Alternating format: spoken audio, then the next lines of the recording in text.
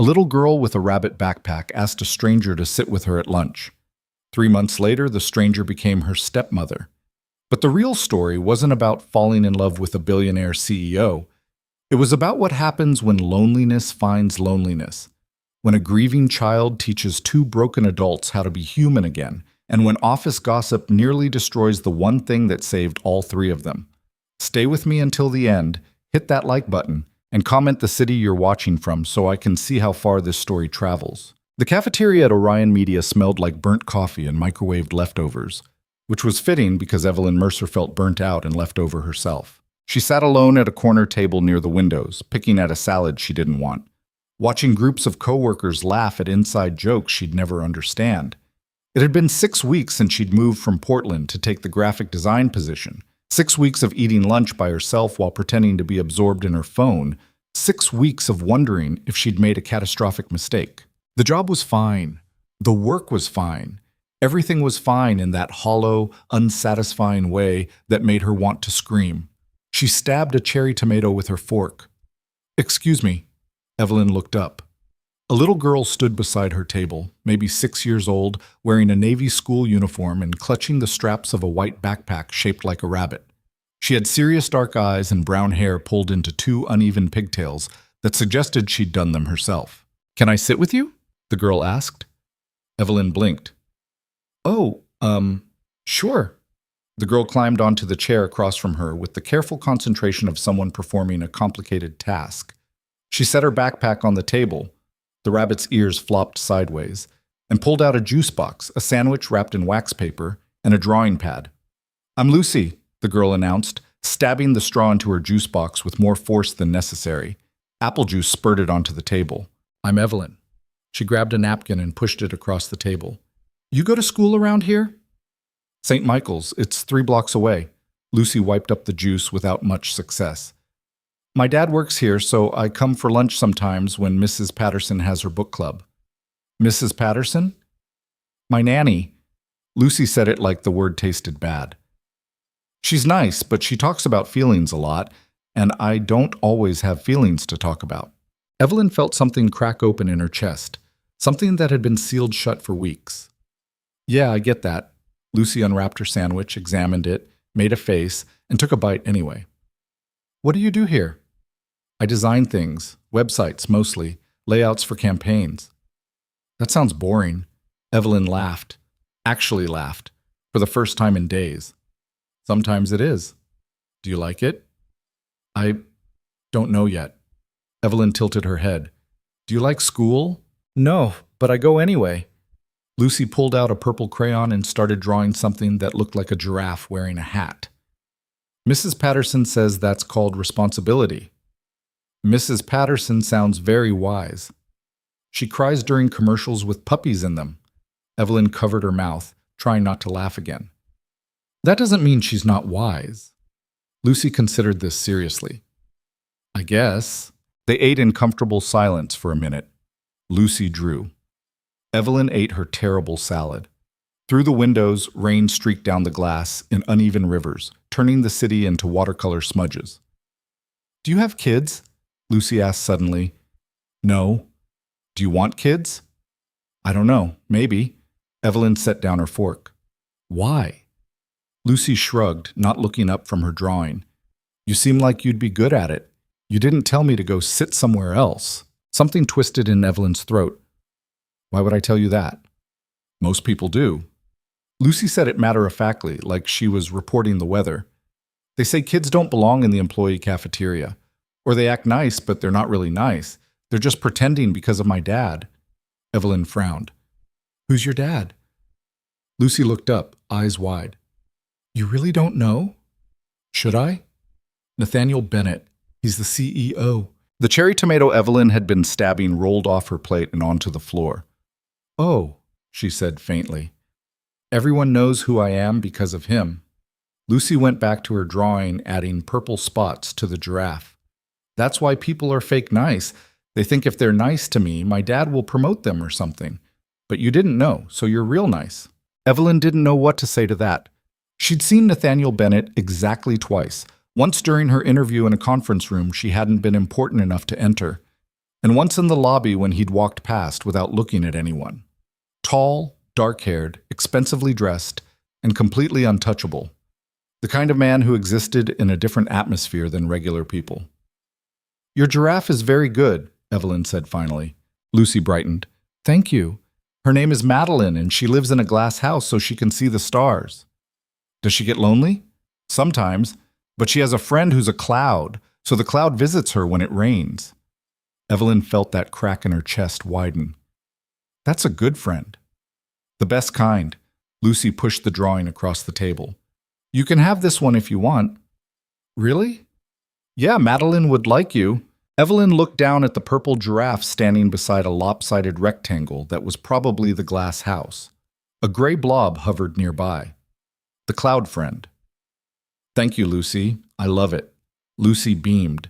They spent the rest of lunch talking about things that didn't matter, and somehow mattered more than anything else, whether broccoli tasted like the outside, why the cafeteria chairs squeaked, what clouds were probably made of, and if giraffes ever got tired of being tall. When the hour ended, Lucy carefully packed up her things, hoisted her rabbit backpack onto her shoulders, and looked at Evelyn with the seriousness of someone delivering an important verdict. "Can I sit with you again next week?" "I'd like that," Evelyn said. "Okay. Same table?" "Same table." Lucy walked away, pigtails bouncing, and Evelyn sat there holding a drawing of a giraffe and feeling like something essential had just shifted in her universe. She didn't notice the man standing near the cafeteria entrance, half hidden behind a concrete pillar. Nathaniel Bennett had been watching the entire conversation. The next Tuesday, Lucy came back. Evelyn had spent the entire morning wondering if she would, half convinced she'd imagined the whole thing, but at exactly 12:30 p.m., the little girl appeared in the cafeteria doorway, clutching her rabbit backpack and scanning the room like a soldier on a mission. When she spotted Evelyn at the same corner table, her whole face lit up. "You came back," Lucy said, climbing into the chair. "I eat here every day." "I meant you came back to this table." Evelyn smiled. "I like this table." Lucy unpacked her lunch with the ritualistic precision of someone who took routine very seriously. Juice box, sandwich, drawing pad, pencil case. Everything in the same order. "What are we talking about today?" Evelyn asked. "I have a question." "Okay." Lucy bit her lip. "Do you think people can be friends even if one person is 6 and the other person is... How old are you? 29? Even if one person is 6 and one person is 29. Evelyn's throat tightened. "I think people can be friends no matter how old they are." "Good." Lucy looked relieved. "Because I told Mrs. Patterson I made a friend and she said that was wonderful, but then I said you were a grown-up and she got weird about it. She asked if you worked here and what your last name was and if you seemed appropriate." Lucy made air quotes with her fingers. "What does appropriate mean?" "It means Mrs. Patterson worries about you. She worries about everything. Last week she cried because a commercial had a dog finding his way home." "You mentioned she cries at puppy commercials." "She cries at all commercials. It's exhausting." Evelyn bit back a laugh. "What did you tell her about me?" "I said you were nice and you didn't treat me like I was annoying." Lucy peeled the crust off her sandwich. "Was that okay?" "That was perfect." They fell into an easy rhythm after that. Tuesdays became their day. Lucy would appear at 12:30 with her rabbit backpack, and Evelyn would be waiting at the corner table with her terrible salad. They'd talk about school, about drawings, about whether dinosaurs would have liked pizza, about why grown-ups always look tired. Lucy never mentioned her mother. Evelyn never asked. But 3 weeks into their lunch tradition, Lucy brought a drawing that made Evelyn's heart stop. It showed 2 stick figures at a table. One had brown pigtails. The other had long black hair. Between them was a purple giraffe.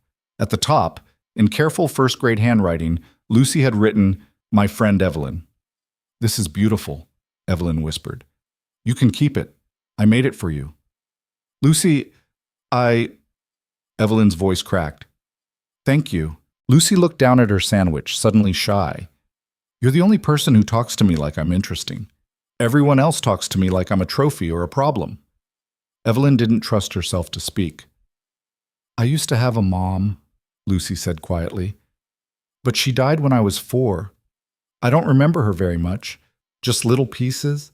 like how she smelled like vanilla and she always sang the wrong words to songs.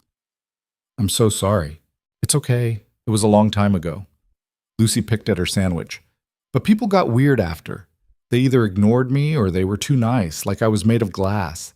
And my dad got really sad and really busy. And Mrs. Patterson is kind, but she's not, I don't know, she's not you. Evelyn reached across the table and squeezed Lucy's small hand. I'm really glad you sat with me that first day. Me too. Later, after Lucy left, Evelyn sat alone at the table, holding the drawing and trying not to cry in the middle of the cafeteria. She didn't notice Nathaniel Bennett standing near the coffee station, watching her with an expression that was impossible to read. The following week, Evelyn was summoned to the executive floor. The email came at 9 a.m. Mr. Bennett requests a meeting at 2 p.m., conference room 7A. Executive assistant. Evelyn stared at the screen, her stomach dropping into her shoes. She'd been fired, obviously. She'd somehow violated a company policy by befriending the CEO's daughter. She'd crossed some invisible line. She was going to be escorted out by security and humiliated in front of everyone. By 1:55 p.m., she'd convinced herself her career was over. Conference room 7. A was all glass walls and minimalist furniture, the kind of space designed to make you feel small. Evelyn arrived exactly on time, smoothed down her dress, and knocked. Come in. Nathaniel Bennett sat at the head of the table, wearing a charcoal suit that probably cost more than her car. He was younger than she'd expected, maybe late 30s, with dark hair starting to gray at the temples and the kind of face that looked like it rarely smiled. He stood when she entered. Miss Mercer, thank you for coming. Of course. Her voice came out steadier than she felt. Please, sit. She sat. He sat. Silence stretched between them like a physical thing. Finally, Nathaniel cleared his throat. I won't waste your time. I asked you here to discuss Lucy. Evelyn's heart hammered. If I've done something wrong, you haven't. He held up a hand. Quite the opposite. She blinked. I don't understand. Nathaniel looked down at his hands, broad, scarred along the knuckles, the hands of someone who'd worked his way up from something harder than corner offices. My daughter lost her mother 2 years ago. Car accident, instant. She didn't suffer. I'm so sorry. Thank you. He said it automatically, like he'd said it 1,000 times. Lucy was 4. For the first year, she barely spoke. Therapy helped, but she remained distant, withdrawn. She'd talked to Mrs. Patterson, to me when pressed, but she stopped engaging with the world the way children should. No playdates, no friends at school. She'd draw, read, exist quietly in corners. Evelyn's throat ached. Then 6 weeks ago, she came home talking about a woman in the cafeteria who let her sit down, who didn't treat her like she was fragile, who talked to her about giraffes and broccoli and whether clouds had feelings. Nathaniel's mouth twitched. Not quite a smile, but close. She hasn't stopped talking about you since. She's an incredible kid. She is. And you're the first person in 2 years who's made her feel like a normal 6-year-old instead of a tragedy. He leaned forward. I've been watching your lunches together. Evelyn stiffened. That sounds creepy when you say it out loud. He almost smiled. I'm aware. But I needed to understand what was happening. I needed to see if you were... He trailed off. Using her? Evelyn finished coldly. Yes. And you're not. You're just kind. He said it like the concept surprised him. You don't ask her about me. You don't angle for access or information. You just talk to her, listen to her. Because I like her. I know. Nathaniel exhaled slowly. Which is why I'm asking if you'd be willing to continue. Evelyn frowned. Continue what? Having lunch with her, spending time with her. He looked uncomfortable, like the words didn't come easily. Lucy asked if you could come to the house sometime, for dinner. She wants to show you her room and her books and the painting she's been working on. Oh. You can say no. I'd understand. This is irregular, and I'm aware of how it might look. I'd love to. Nathaniel stopped mid-sentence. You would? Lucy matters to me. Evelyn met his eyes. I didn't plan on that happening, but it did. So yes. I'd love to have dinner with her. For the first time since she'd entered the room, Nathaniel Bennett smiled. A real smile, small and genuine and almost shy. Thank you, Ms. Mercer. Evelyn? Evelyn? He tested the name like he was learning a new language. Friday night, 7 o'clock? I'll be there. Opened. The Bennett house wasn't a house. It was an estate. Evelyn stood outside the wrought iron gates on Friday evening, clutching a bottle of wine she'd spent too much money on and wondering if she'd dramatically underestimated the situation. The gate buzzed open before she could reconsider. She drove up a winding driveway lined with trees, past manicured lawns and sculptures. She didn't have the art history background to identify until the house appeared. A sprawling modern structure of glass, steel, and stone that looked like it belonged in an architecture magazine. Lucy was waiting on the front steps. She wore jeans, a purple sweater, and light-up sneakers. And when she saw Evelyn's car, she jumped up and down, waving like Evelyn was returning from war. You came! You came! Evelyn barely had the car in park before Lucy was yanking open the door and dragging her toward the house. I have to show you everything. My room first, then the library, then the garden, then Lucy. Nathaniel appeared in the doorway, wearing dark jeans and a simple gray sweater that made him look younger and less terrifying. Let Ms. Mercer breathe. Evelyn corrected. And it's fine. I want the full tour. Lucy grabbed her hand and pulled her inside. The house was stunning, all clean lines and open spaces, expensive art on the walls, floor-to-ceiling windows overlooking the city, but it was also cold, impersonal, like a showroom instead of a home. Except for Lucy's room. Lucy's room was chaos. Drawings covered every surface, books spilled off shelves, a half-finished puzzle sprawled across the floor, stuffed animals formed a precarious tower on the bed. The walls were painted pale yellow and covered in Lucy's artwork. Giraffes, clouds, stick figure families, purple suns. This is Madeline. Lucy held up a stuffed giraffe. The real Madeline. I drew her first, then Dad got me the stuffed one. She's perfect. And this is my art table, and these are my favorite books. And this is the window where I can see the stars if it's not cloudy. Evelyn knelt beside her, examining everything with the seriousness it deserved. They spent 20 minutes in that room, talking about stories and colors and why Lucy thought the moon followed her car at night. When they finally came downstairs, Nathaniel was in the kitchen. He'd cooked. Evelyn stared at the table set for three, at the roasted chicken and vegetables and fresh bread, and felt something shift in her understanding of this man. You cooked? She said. I can operate an oven, Ms. Mercer. Evelyn. He said it softer this time. I'm not completely useless domestically. Dinner was strange and lovely and surprisingly easy. Lucy dominated the conversation, telling Evelyn about school and her art teacher and the kid in her class who ate glue. Nathaniel mostly listened, but occasionally he'd add something dry and funny that made Lucy giggle and Evelyn bite back a smile. Dad burned the chicken last time, Lucy announced. I did not burn it. I charred it. There's a difference. It was black. Caramelized. You opened all the windows and the smoke alarm went off. Nathaniel looked at Evelyn. She exaggerates. I'm 6. I don't know how to exaggerate yet. Evelyn laughed so hard she almost choked on her wine. After dinner, Lucy insisted on showing Evelyn the garden. They walked through the grounds while the sun set, Lucy pointing out flowers and telling elaborate stories about the fairy village she'd built under the oak tree. Nathaniel followed at a distance, hands in his pockets, watching them with an expression Evelyn couldn't quite name. Later, when Lucy was upstairs getting ready for bed, Evelyn found herself alone with Nathaniel in the living room. She adores you, he said quietly. The feeling's mutual. I can see that. He poured 2 glasses of whiskey without asking, handed her one. She's different when you're around, lighter. Evelyn sipped the whiskey, smooth and expensive and burning in the best way. She's special. She is. He stared into his glass. I've tried to be enough for her. After Catherine died, I thought if I just worked harder, provided more, made sure she had everything she needed. But I couldn't give her what she actually wanted. Which was? Someone who wasn't drowning. His voice went rough. I was so buried in grief I didn't realize I was burying her too.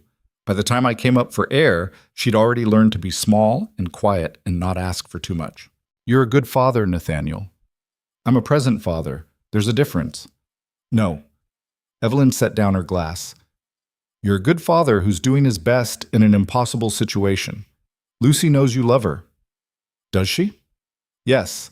She talks about you constantly, how you read to her every night, how you learn to braid her hair even though you're terrible at it, how you let her put stickers all over your work laptop. Nathaniel's mouth twitched. There's a unicorn on the back of my screen that's apparently permanent. She's proud of that unicorn. I'm proud of that unicorn.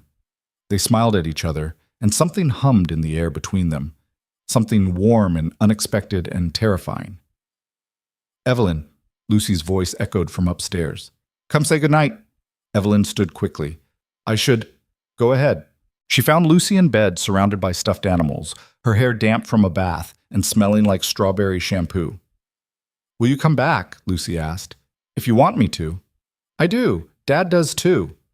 He said that? He didn't have to. He smiles different when you're here. Lucy yawned. Not his work smile. His real one. Evelyn kissed her forehead. Good night, Lucy. Good night, Evelyn. Downstairs, Nathaniel walked her to her car. The night was cool and clear, stars scattered across the sky like paint flecks. Thank you for coming, he said. Thank you for inviting me. Same time next week? Evelyn's heart did something complicated. I'd like that. She drove home with Lucy's laughter still echoing in her ears, and Nathaniel's almost smile burned into her memory, and she realized with absolute certainty that her life had just become infinitely more complicated, and she didn't care at all. Okay. Over the next 2 months, Friday dinners became a tradition. Evelyn would arrive at 7. Lucy would drag her through some new adventure, and Nathaniel would cook meals that occasionally turned out well and sometimes required pizza as backup. They'd eat together, talk about everything and nothing, and Evelyn would leave feeling like she'd found something she hadn't known she was missing. She started noticing small things. The way Nathaniel's shoulders relaxed when she walked in. The way he'd pour her wine without asking what she wanted because he'd already memorized her preference.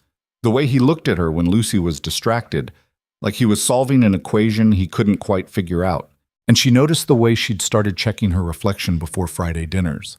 The way her pulse jumped when his hand brushed hers, reaching for the salt. The way she'd catch herself watching him read to Lucy and thinking about things she had no business thinking about. It was Lucy's 7th birthday that changed everything. Nathaniel threw her a party, small, just a few kids from school and their parents, held in the garden with balloons and a cake shaped like a giraffe. Evelyn had been invited, obviously, but she'd planned to stay in the background, just another guest. Lucy had other ideas. When it came time to blow out the candles, Lucy grabbed Evelyn's hand and pulled her to the front. You have to stand with me and Dad, Lucy insisted. Sweetheart, this is your family moment. Your family. The backyard went very quiet. Evelyn felt every parent's eyes on her, felt the weight of their judgment and speculation, and whispered questions. She saw Nathaniel freeze, saw the complicated expression cross his face, but Lucy just smiled up at her with absolute certainty. Make a wish with me, she said. So Evelyn stood between Lucy and Nathaniel, and they blew out 7 candles together, and Evelyn felt something in her chest crack wide open and bleed light. Later, after the party ended and the guests left, after Lucy went to bed exhausted and happy, Evelyn found Nathaniel on the back terrace staring at the city lights. I'm sorry if that was awkward, she said. It wasn't. The other parents definitely think we're together. Let them think it. He turned to face her. Would that be so terrible? Evelyn's heart stopped. What? Lucy thinks you're family. Mrs. Patterson thinks you're the best thing that's happened to this house in years, and He stopped, exhaled. I haven't felt this way about anyone since Catherine died. I didn't think I could, but then you showed up in a cafeteria and sat with my daughter, and somehow you brought both of us back to life. Nathaniel, I'm not asking you for anything. I know this is complicated. I'm your boss, there's a power imbalance, and you didn't sign up for any of this. But I needed you to know. His voice went rough. You matter to me, more than you should. Evelyn stepped closer. You matter to me too. Evelyn, I think about you constantly. I reorganize my whole week around Friday dinners. When something happens, you're the first person I want to tell, And I know it's messy and complicated and probably a terrible idea, but I don't care." He stared at her like she'd just spoken a language he'd forgotten existed. Then he kissed her. It wasn't smooth or perfect. It was desperate and clumsy and tasted like birthday cake and hope. And Evelyn kissed him back like he was oxygen and she'd been drowning. When they finally pulled apart, both breathing hard, Nathaniel pressed his forehead to hers. "What do we do now?" he whispered. "I have no idea. That's not reassuring." "I know." They stood there in the dark, holding each other like they were the only solid things in a shifting world. And somewhere upstairs, Lucy slept peacefully, dreaming of giraffes and glass houses and the family she'd wished for when she blew out her candles. They kept it quiet for 3 weeks, not because they were ashamed, but because neither of them knew how to explain what was happening between them when they barely understood it themselves. At work, Evelyn stayed carefully professional, nodding politely when Nathaniel passed her in the hallway, never lingering too long near the executive floor. On Fridays, she still came to dinner, but now after Lucy went to bed, she and Nathaniel would sit on the terrace drinking wine and talking until midnight, his hand finding hers in the dark like it belonged there. It felt fragile, precious, like something that might shatter if they looked at it too directly. Then Carol Hendricks from accounting saw them. It was a Tuesday afternoon, and Evelyn had stayed late to finish a campaign redesign. She was walking to her car in the parking garage when she heard footsteps behind her. "Evelyn," she turned.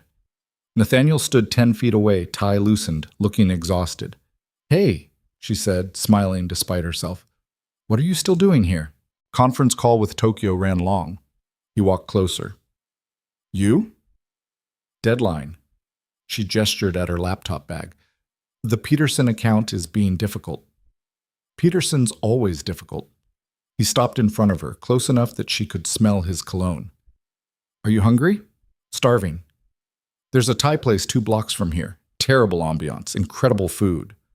"Are you asking me on a date, Mr. Bennett?" "I'm asking if you want pad Thai, Miss Mercer." She grinned. "Yes." He kissed her right there in the parking garage, quick and sweet, his hand cupping her jaw like she was something valuable. Neither of them noticed Carol Hendricks getting into her sedan 3 rows over. By Thursday morning, the entire office knew. Evelyn arrived at her desk to find her co-worker Jessica perched on the edge of it, arms crossed, eyebrows raised. "So," Jessica said, "Nathaniel Bennett." Evelyn's stomach dropped. "What? Don't play dumb. Carol saw you 2 making out in the parking garage." "We weren't making out. We were—" Evelyn stopped. "It was one kiss. One kiss with the CEO." Jessica's voice went sharp. "Jesus, Evelyn, I knew you were ambitious, but this is next level." "It's not like that." "Then what's it like? Because from where I'm sitting, it looks like you found a shortcut to the top." Heat flooded Evelyn's face. "I didn't plan this." "Sure." Jessica stood. "Just be careful. Office romances are one thing. Office romances with the guy who signs your paycheck or something else." She walked away, leaving Evelyn sitting there feeling like she'd been slapped. It got worse. By lunch, the whispers had started. Evelyn felt eyes on her everywhere she went, in the break room, in the elevator, walking down the hallway. People who used to smile at her now looked away. People who used to ignore her now stared. She skipped the cafeteria entirely and ate a granola bar at her desk, trying not to cry. Her phone buzzed. A text from Lucy sent from Nathaniel's number. "Where are you?" "I'm at our table." Evelyn stared at the message, her chest tightening. She couldn't face Lucy right now. Not when she felt this exposed, this raw. She typed back, "Sorry, sweetie. Got stuck in a meeting. Next week?" The lie tasted bitter. At 2 p.m., she got an email from HR requesting a meeting. The HR director was a woman named Patricia Wu, mid-50s, with steel gray hair and an expression that gave nothing away. She gestured for Evelyn to sit. "Ms. Mercer, I'll be direct. It's come to our attention that you may be involved in a personal relationship with Mr. Bennett." Evelyn's mouth went dry. Yes. I see." Patricia folded her hands on the desk. "You understand this puts the company in a difficult position." "I understand, but I didn't—" "I'm not accusing you of anything. However, given Mr. Bennett's position, we need to ensure there's no conflict of interest, no favoritism, no appearance of impropriety." She slid a packet of papers across the desk. I need you to read and sign this disclosure form. It's standard procedure for relationships involving significant power differentials. Evelyn stared at the packet, her hands shaking. If the relationship continues, Patricia continued, we'll need to implement certain safeguards. Mr. Bennett will recuse himself from decisions affecting your employment. Your performance reviews will be conducted by someone else. And if at any point you feel uncomfortable or coerced, he's not coercing me. Patricia's expression softened slightly. I believe you, but the policy exists to protect everyone involved. Sign the form, Ms. Mercer. It's just paperwork. Evelyn signed it, her signature barely legible. She left the HR office feeling scraped raw, exposed, like everyone could see straight through her skin. Back at her desk, she found a note tucked under her keyboard. Gold digger. No signature. She crumpled it and threw it in the trash, but her hands were shaking so hard she knocked over her coffee. It spilled across her desk, soaking papers, dripping onto the floor, and Evelyn just sat there watching it spread while something inside her cracked. Evelyn? She looked up. Marcus Chen from the design team stood there holding paper towels. You okay? He asked. Fine. You don't look fine. He started mopping up the coffee without being asked. For what it's worth, people are being assholes. Yeah. Bennett's a good guy. If he cares about you, that means something. Evelyn's throat closed. Thanks, Marcus. He squeezed her shoulder and walked away, and Evelyn spent the rest of the afternoon pretending to work while the office hummed with gossip around her. At 5 p.m. sharp, she grabbed her things and practically ran to her car. Her phone buzzed again. Nathaniel this time. Can we talk? She typed back. Not tonight. I need space. She turned off her phone before he could respond. Her apartment felt too small and too empty at the same time. She poured a glass of wine, then another, then stood at her window staring at the city lights and wondering how everything had gotten so complicated so quickly. 6 months ago, she'd been invisible. Now she was the center of everyone's attention for all the wrong reasons. At 8 p.m., someone knocked on her door. She knew who it was before she opened it. Nathaniel stood in the hallway wearing jeans and a wrinkled button-down, hair disheveled like he'd been running his hands through it. He looked wrecked. You turned off your phone, he said. I needed space. I know, but I needed to make sure you were okay. How did you even know where I live? HR file. He winced. That sounds worse out loud. Despite everything, Evelyn almost smiled. You abused your CEO privileges to stalk me? I prefer the term utilized available resources to ensure your well-being. She stepped back. Come in. Her apartment was tiny compared to his house. 1 bedroom, cramped kitchen, secondhand furniture, but it was hers. Nathaniel looked around like he was memorizing details. Nice place, he said. Liar. No, I mean it. It feels like you. He gestured at the drawings tacked to the walls. Lucy's artwork, collected over months. You kept them all. Of course I did. He turned to face her, and she saw the exhaustion in his eyes, the worry etched into the lines around his mouth. What happened today? You didn't hear? I heard rumors. I want to hear the truth. So she told him. About Carol, about Jessica, about HR, about the note. She told him about the whispers and the stares and the way people looked at her like she was something dirty. With each detail, Nathaniel's expression grew darker, his jaw tightening. Who left the note? He asked quietly. It wasn't signed. Evelyn? It doesn't matter. They're not wrong. Bullshit. Nathaniel, look at this from the outside. I'm a mid-level designer who suddenly started dating the CEO. What are people supposed to think? That we care about each other. They think I'm using you, or that you're using me, or, her voice broke, or that I'm using Lucy to get to you, which is somehow even worse. He flinched like she'd hit him. No one who knows you would think that. No one knows me. I've been here 4 months. I'm invisible except for this. She gestured between them. This relationship that makes me look like an opportunist who saw a lonely billionaire and a grieving child and decided to capitalize. That's not what happened. I know that. You know that. But they don't. And they never will. Nathaniel crossed the room and took her hands. His palms were warm, calloused in places she wouldn't have expected. Look at me. She did. I don't care what they think, he said. I care about you. Lucy cares about you. That's what matters. Lucy. Evelyn pulled her hands away, wrapping her arms around herself. Does she know about us? Not yet. I wanted to talk to you first, figure out how to explain. What if she hates it? What if she thinks I was only being her friend to get close to you? She won't think that. You don't know that. Yes, I do. Because Lucy's the best judge of character I've ever met, and she chose you long before I did. Evelyn's eyes burned. This is too much. The office politics, the gossip, the pressure.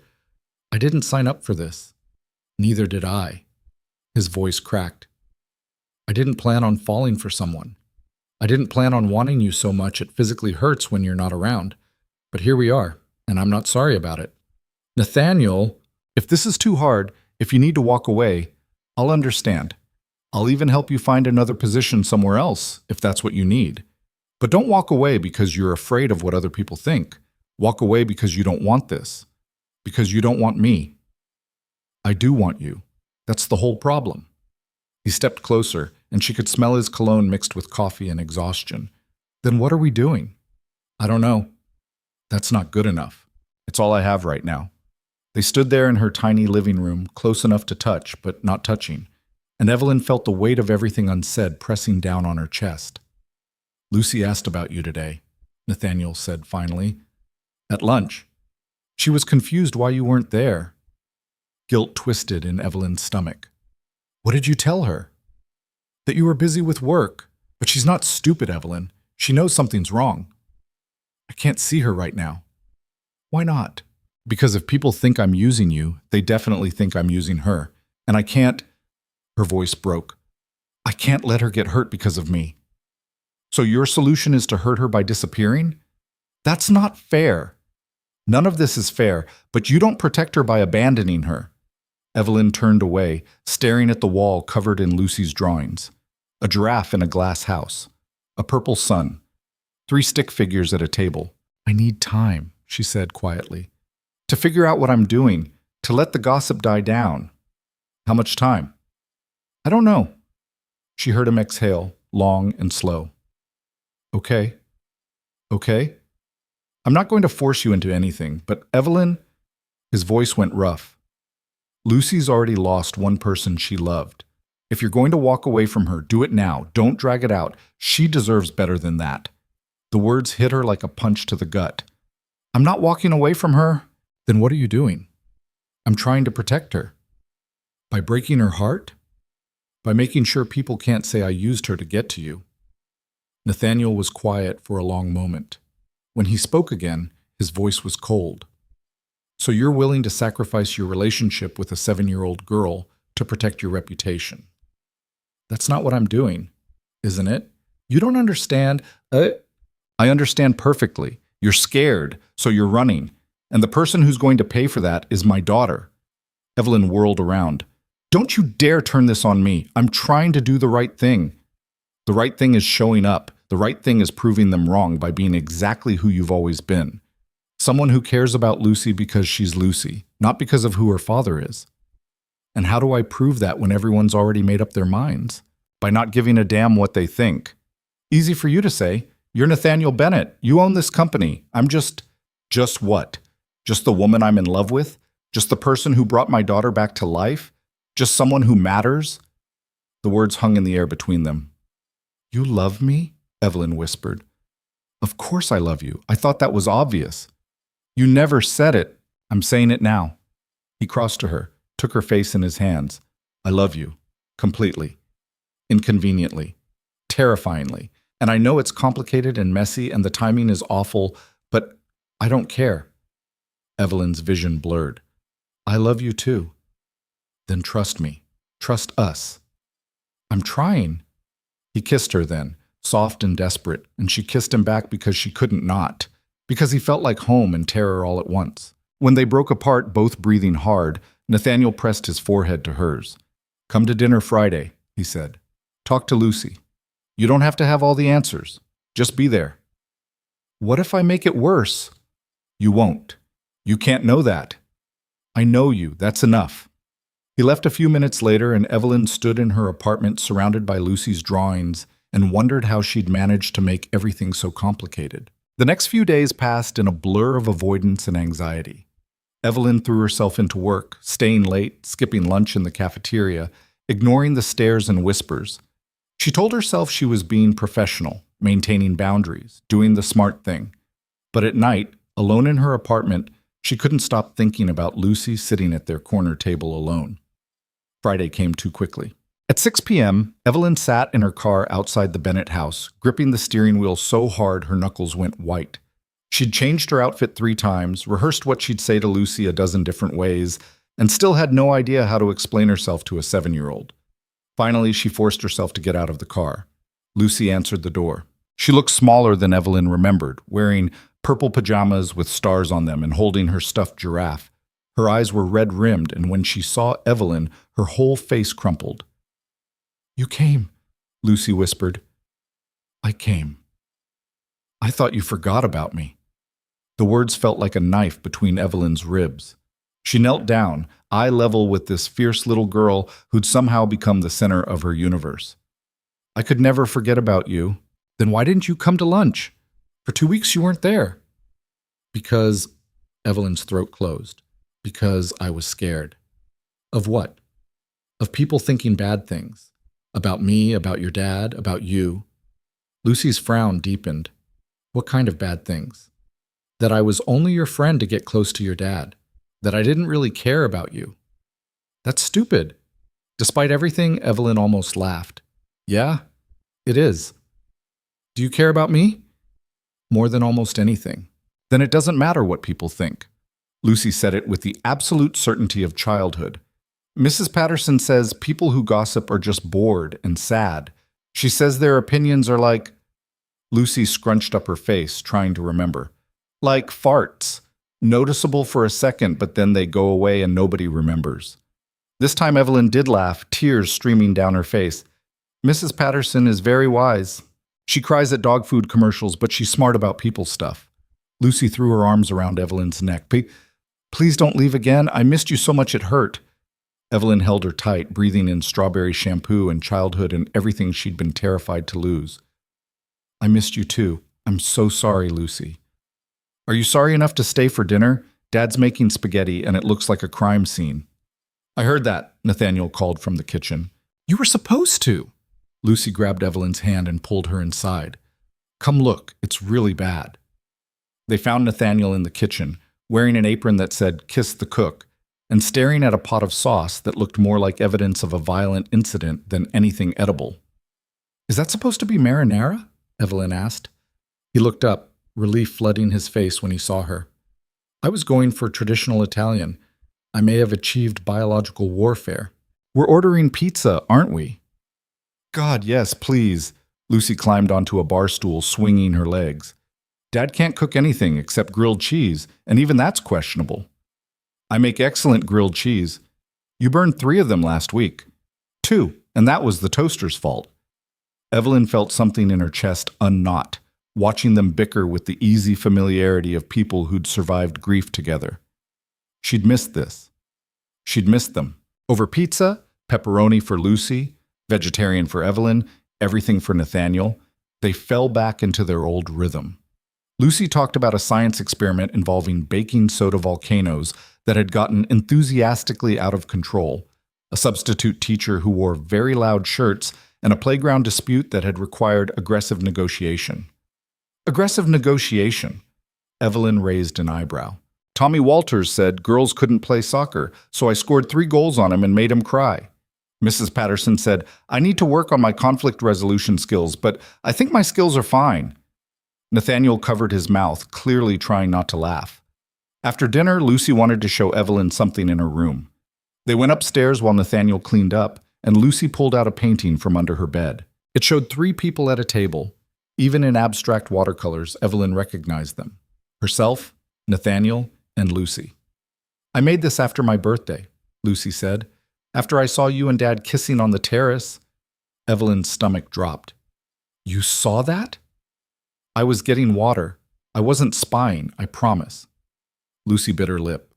"Are you mad?" "No, sweetie, I'm not mad." "Are you and Dad together?" Like boyfriend-girlfriend but for old people? Despite the anxiety churning in her gut, Evelyn almost smiled. Yeah, we are. Okay. Lucy set the painting on her desk. I thought maybe that's why you stopped coming to lunch, because you thought I'd be upset. I was worried about a lot of things. But not about me being upset, because I'm not. I think it's good. Lucy climbed onto her bed, hugging her stuffed giraffe. Dad's been different since you came. He smiles more. Real smiles, not his work smiles. And he doesn't look so tired all the time. Evelyn sat beside her. What about you? How do you feel about it? Lucy was quiet for a moment, thinking. I used to wish for a new mom. Every night before bed, I'd wish really hard. Not because I wanted to replace my real mom. You can't replace people who die, they're just gone. But because I wanted someone to do mom things. Evelyn's throat tightened. Dad tries, Lucy continued, but he's not good at mom stuff. He burns everything, and he can't braid hair without making it lumpy. And one time he tried to help me pick out an outfit for picture day, and I ended up wearing stripes with polka dots, and everyone laughed. That sounds like a fashion statement. It was a disaster. Lucy leaned against Evelyn's shoulder. But you're good at the mom stuff. Not because you're trying to be my mom, but because you just are. You know what I mean? I think so. So I'm not upset. I'm happy. Lucy looked up at her with those serious, dark eyes. But I need to know if you're going to stay. Because if you're going to leave, I need you to do it now. I can't have another person I love disappear. The words hit Evelyn square in the chest. She pulled Lucy into her arms, holding her tight. I'm not going anywhere, she whispered. I promise. You mean it? I mean it. I'm sorry I stayed away. I was scared and stupid, and I hurt you, and I'm so sorry. It's okay. You're here now. Lucy pulled back, wiping her eyes. Can we go back to having lunch on Tuesdays? Absolutely. And you'll keep coming for Friday dinners? Every single one. And you'll tell Dad to stop trying to cook fancy things and just stick to pizza? That I can definitely do, Lucy grinned, and Evelyn felt the last of the tension drain from her shoulders. Later, after Lucy was asleep, Evelyn found Nathaniel on the terrace. He handed her a glass of wine without a word, and they stood together in comfortable silence, looking out at the city lights. She took it well, Evelyn said finally. Better than well. She's thrilled. Nathaniel turned to face her. What about you? I'm terrified. Of what? Of this. Of us. Of disappointing her. Of the entire office thinking I'm a gold digger who seduced her boss and manipulated his daughter. Evelyn's voice shook. Of the fact that I'm falling in love with you and I have no idea how to navigate any of this. Nathaniel went very still. You're falling in love with me? I thought that was obvious. I wanted to hear you say it. I'm falling in love with you, Nathaniel Bennett. Completely. Inconveniently. Terrifyingly. He kissed her then, slow and deep and certain, tasting like wine and promises and everything she'd been too afraid to hope for. I'm in love with you too, he said against her mouth. Have been for weeks. Maybe longer. What do we do now?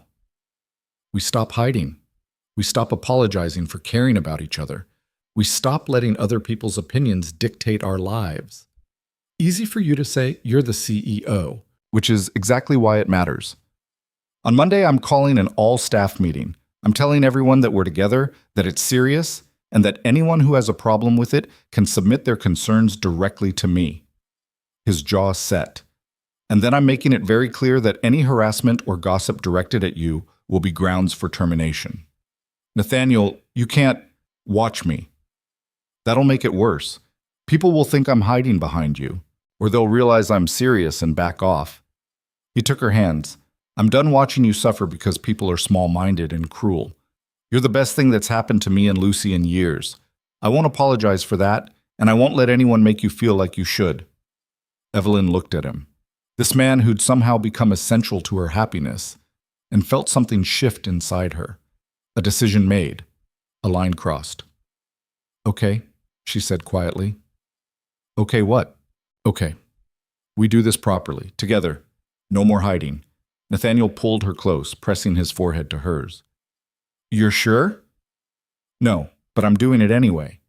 They stood there holding each other while the city breathed around them, and Evelyn thought about Lucy's painting and promises and the way fear could make you abandon the things you loved most.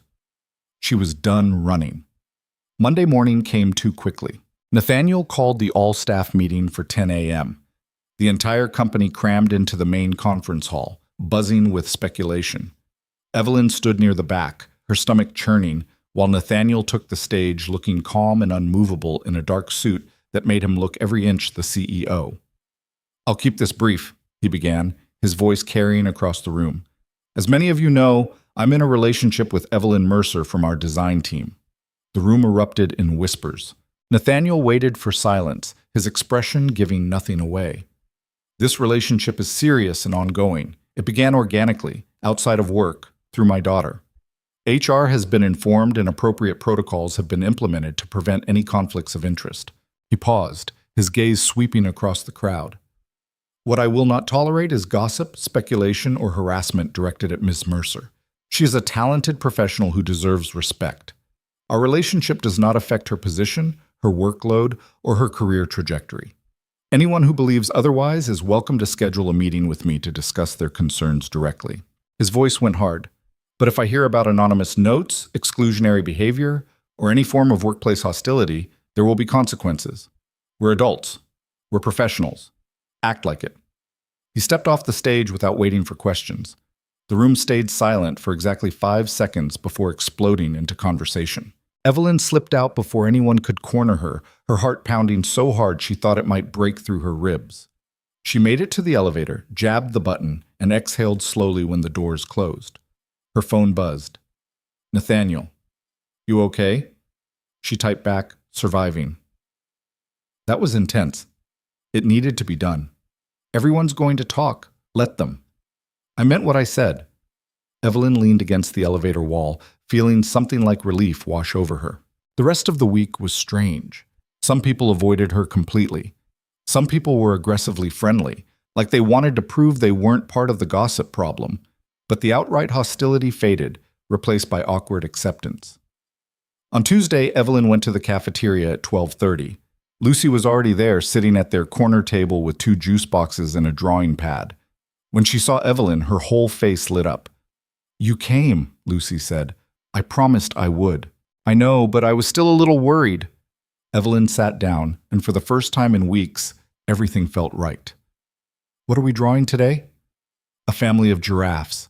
They all live in different glass houses, but they visit each other every day so nobody gets lonely." "That sounds perfect."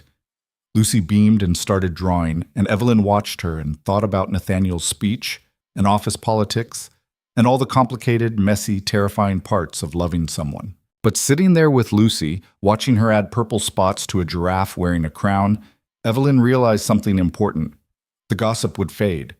The awkwardness would pass.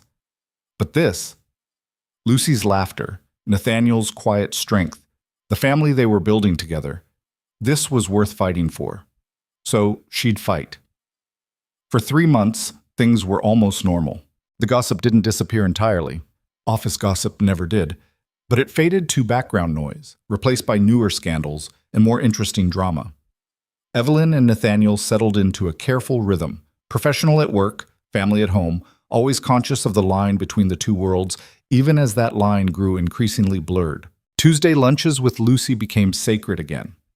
Friday dinners stretched into weekends, with Evelyn staying over more often than not, her toothbrush appearing in the bathroom, her favorite coffee creamer showing up in the fridge without discussion.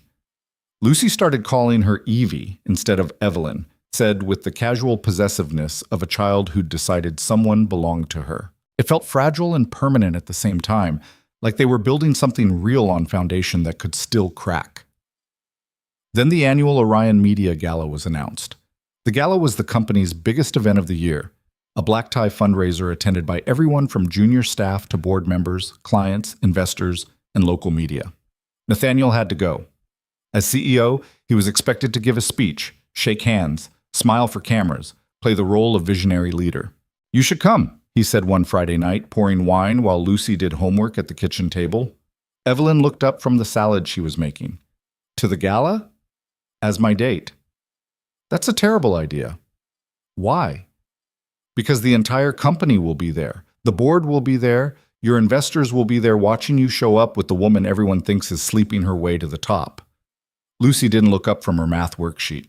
What does sleeping her way to the top mean? Nathaniel shot Evelyn a look that said, "See what you started."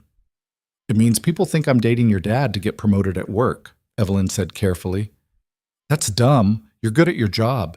Mr. Chen says you're the best designer they have." "Marcus said that?" "Last week when he picked up his daughter from school. We were leaving at the same time, and he told Mrs. Patterson that the design team would fall apart without you." Lucy erased something aggressively. "Math is stupid. Math is useful. Math is stupid and useful. Both things can be true." Nathaniel smiled into his wine glass. After Lucy went to bed, they returned to the gala conversation on the terrace. The night was warm, summer finally arriving after a long spring, and the city stretched out below them like scattered diamonds. "I want you there," Nathaniel said quietly. "Not as some political statement or to prove a point. I want you there because these things are unbearable and you make them less so." "Nathaniel, I know it's asking a lot. I know people will talk, but they're already talking, and I'm tired of pretending you're not the most important person in my life outside of Lucy." Evelyn set down her wine glass. "If I go, it needs to be perfect. I can't give them any ammunition. So we'll be perfect." "You say that like it's easy." "It's not, but we'll try anyway." She looked at him, at this man who'd somehow convinced her that being brave was better than being invisible, and felt her resolve crumble. "Fine. I'll go." "Yeah?" "Yeah. But I'm buying a new dress and you're paying for it because this is technically a work event." He laughed and pulled her close, kissing her temple. "Deal." The next 2 weeks passed in a blur of preparation. Evelyn found a dress, midnight blue, elegant without being flashy, expensive enough to belong but not so expensive that people could call her pretentious. She got her hair done professionally for the first time in years. She practiced walking in heels she could barely afford. Lucy helped her pick out jewelry, taking the task with the seriousness of a general planning a military campaign. "Not the pearls," Lucy said, sprawled on Evelyn's bed surrounded by jewelry options. "Too old lady. Pearls are classic. Pearls are boring. Wear the silver ones with the blue stones. Those are sapphires, and they're your dad's mother's." "Exactly. Which means they're meaningful, not just fancy." Lucy held them up to the light. "Plus they match your dress, and they'll make the mean ladies jealous." "We're not trying to make people jealous." "Yes, we are. A little bit. It's okay to want to look pretty and make people jealous. Mrs. Patterson says that's called being human." Evelyn laughed despite her nerves. "Your nanny is full of wisdom. She also says revenge is best served with good posture, so stand up straight." The night of the gala arrived too quickly. Evelyn stood in front of her bathroom mirror, barely recognizing herself. The dress fit perfectly. The sapphires glinted at her throat. Her hair fell in soft waves she'd never be able to recreate on her own. She looked like someone who belonged at a billionaire's side. She felt like an imposter. Her phone buzzed. "Nathaniel." "I'm outside." She grabbed her clutch, took one last look at herself, and headed downstairs. Nathaniel stood beside a black car that probably cost more than her annual salary, wearing a tuxedo that should have been illegal. When he saw her, his expression shifted into something that made her stomach flip. "You look incredible, he said. "You clean up okay yourself." "I'm serious, Evelyn. You're stunning." She felt heat rise in her cheeks. "Stop it.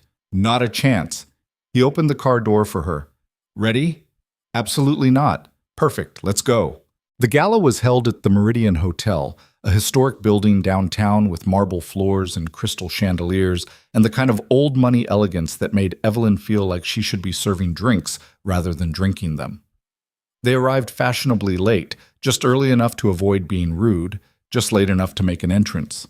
The moment they walked through the doors together, conversations stopped.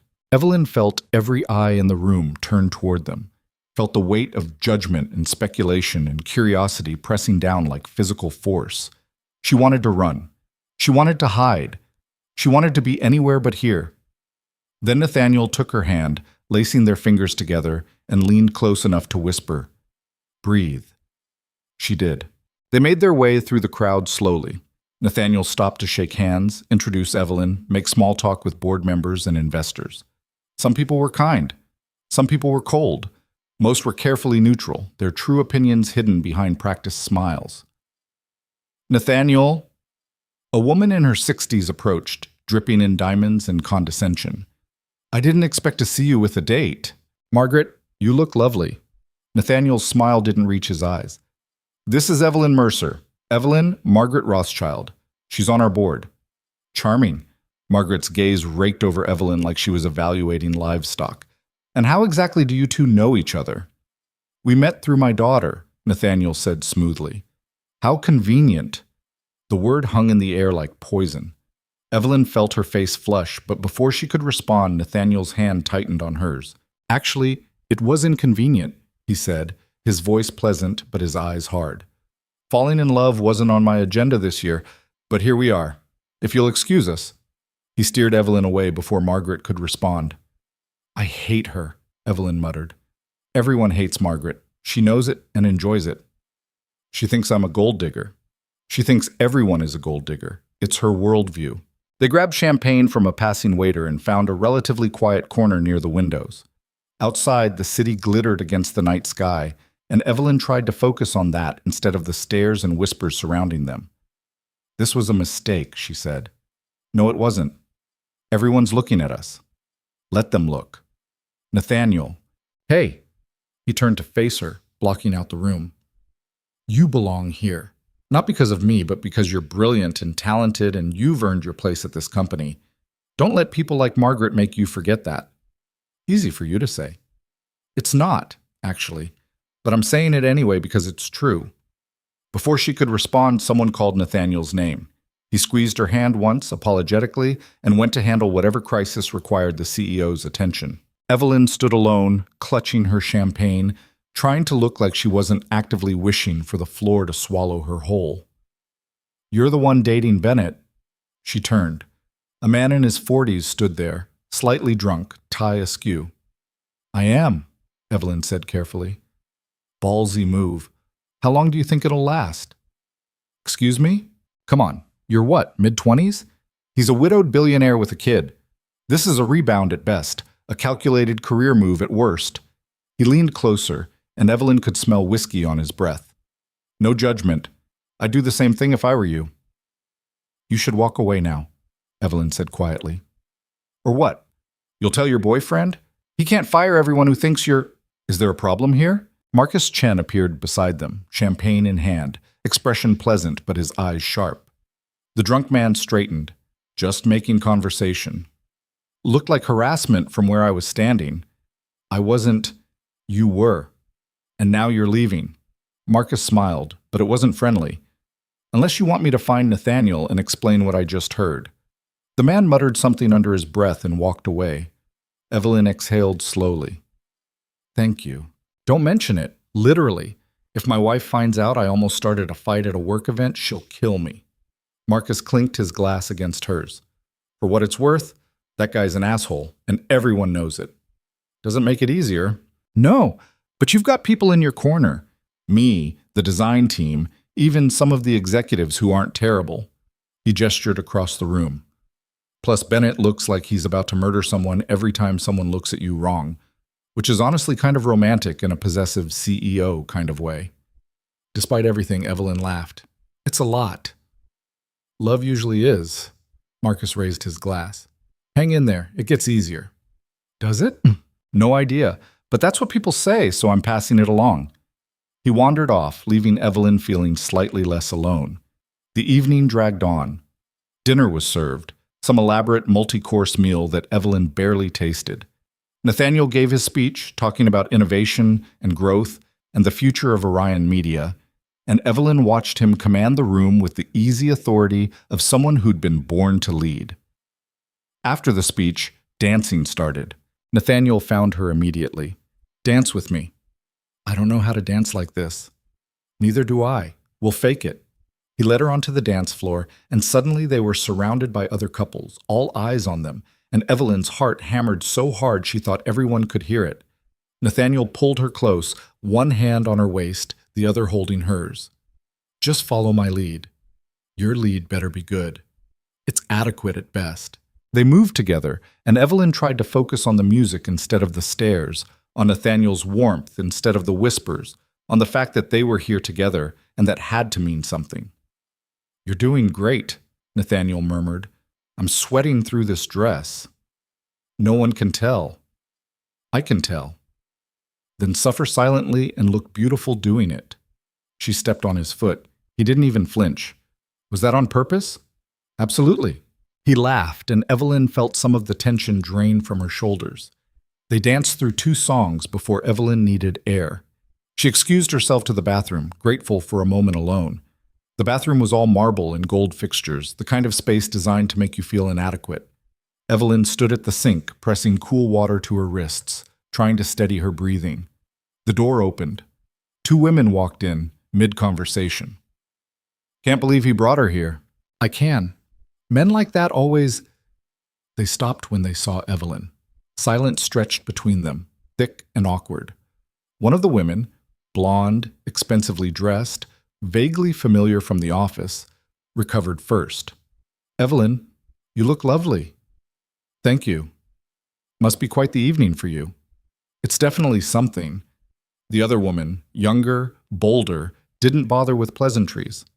How does it feel, being the center of attention? I'm not. Please, everyone's talking about you. The girl who landed Nathaniel Bennett. She said it like an accusation. Must be nice. Evelyn felt something snap inside her. You know what's nice? She said quietly. Having Tuesday lunches with a 7-year-old who lost her mother. Watching her laugh again. Seeing her dad remember how to be human instead of just functional. Building something real instead of playing office politics. She met the woman's eyes. So no, this gala isn't nice. It's exhausting. But Lucy and Nathaniel, they're worth it. She walked out before either woman could respond. Back in the ballroom, she found Nathaniel talking to a group of investors. He saw her, excused himself immediately, and crossed to her. You okay? He asked. Bathroom politics. His jaw tightened. What happened? Nothing I couldn't handle. She took his hand. Can we get out of here? We're supposed to stay until... Nathaniel, please. He looked at her, really looked, and saw whatever exhaustion she couldn't hide. Give me 5 minutes. He made their excuses quickly, efficiently, and 10 minutes later they were in the car heading home. I'm sorry, Evelyn said quietly. For what? For not being better at this. For making us leave early. You didn't make us do anything. I wanted to leave 2 hours ago. He reached over, took her hand. You were incredible tonight. I was a disaster. You were brave. There's a difference. When they got back to the house, Mrs. Patterson met them at the door. Lucy's asleep. She insisted on waiting up for you, but lost the battle around 9:30. Thank you, Mrs. Patterson. Of course. She gathered her things, then paused. For what it's worth, you 2 looked wonderful tonight. I saw the photos already circulating online. Evelyn's stomach dropped. Photos? Society pages love a good love story. Don't worry, they're lovely shots. She squeezed Evelyn's arm. Get some rest. Tomorrow's a new day. After she left, Evelyn and Nathaniel stood in the quiet house, still dressed in their gala finery, exhaustion settling over them like fog. I need to check on Lucy, Evelyn said. I'll pour us some whiskey. Evelyn climbed the stairs to Lucy's room, opening the door carefully. Lucy was asleep, sprawled across her bed like a starfish, surrounded by stuffed animals. She'd been drawing before bed, papers scattered across her desk, crayons everywhere. Evelyn moved to tidy them and stopped. The drawing showed 3 people at what looked like a party. One wore a tuxedo, one wore a blue dress, one wore purple pajamas and stood between them, holding both their hands. At the top, in careful first-grade writing, My family at the gala.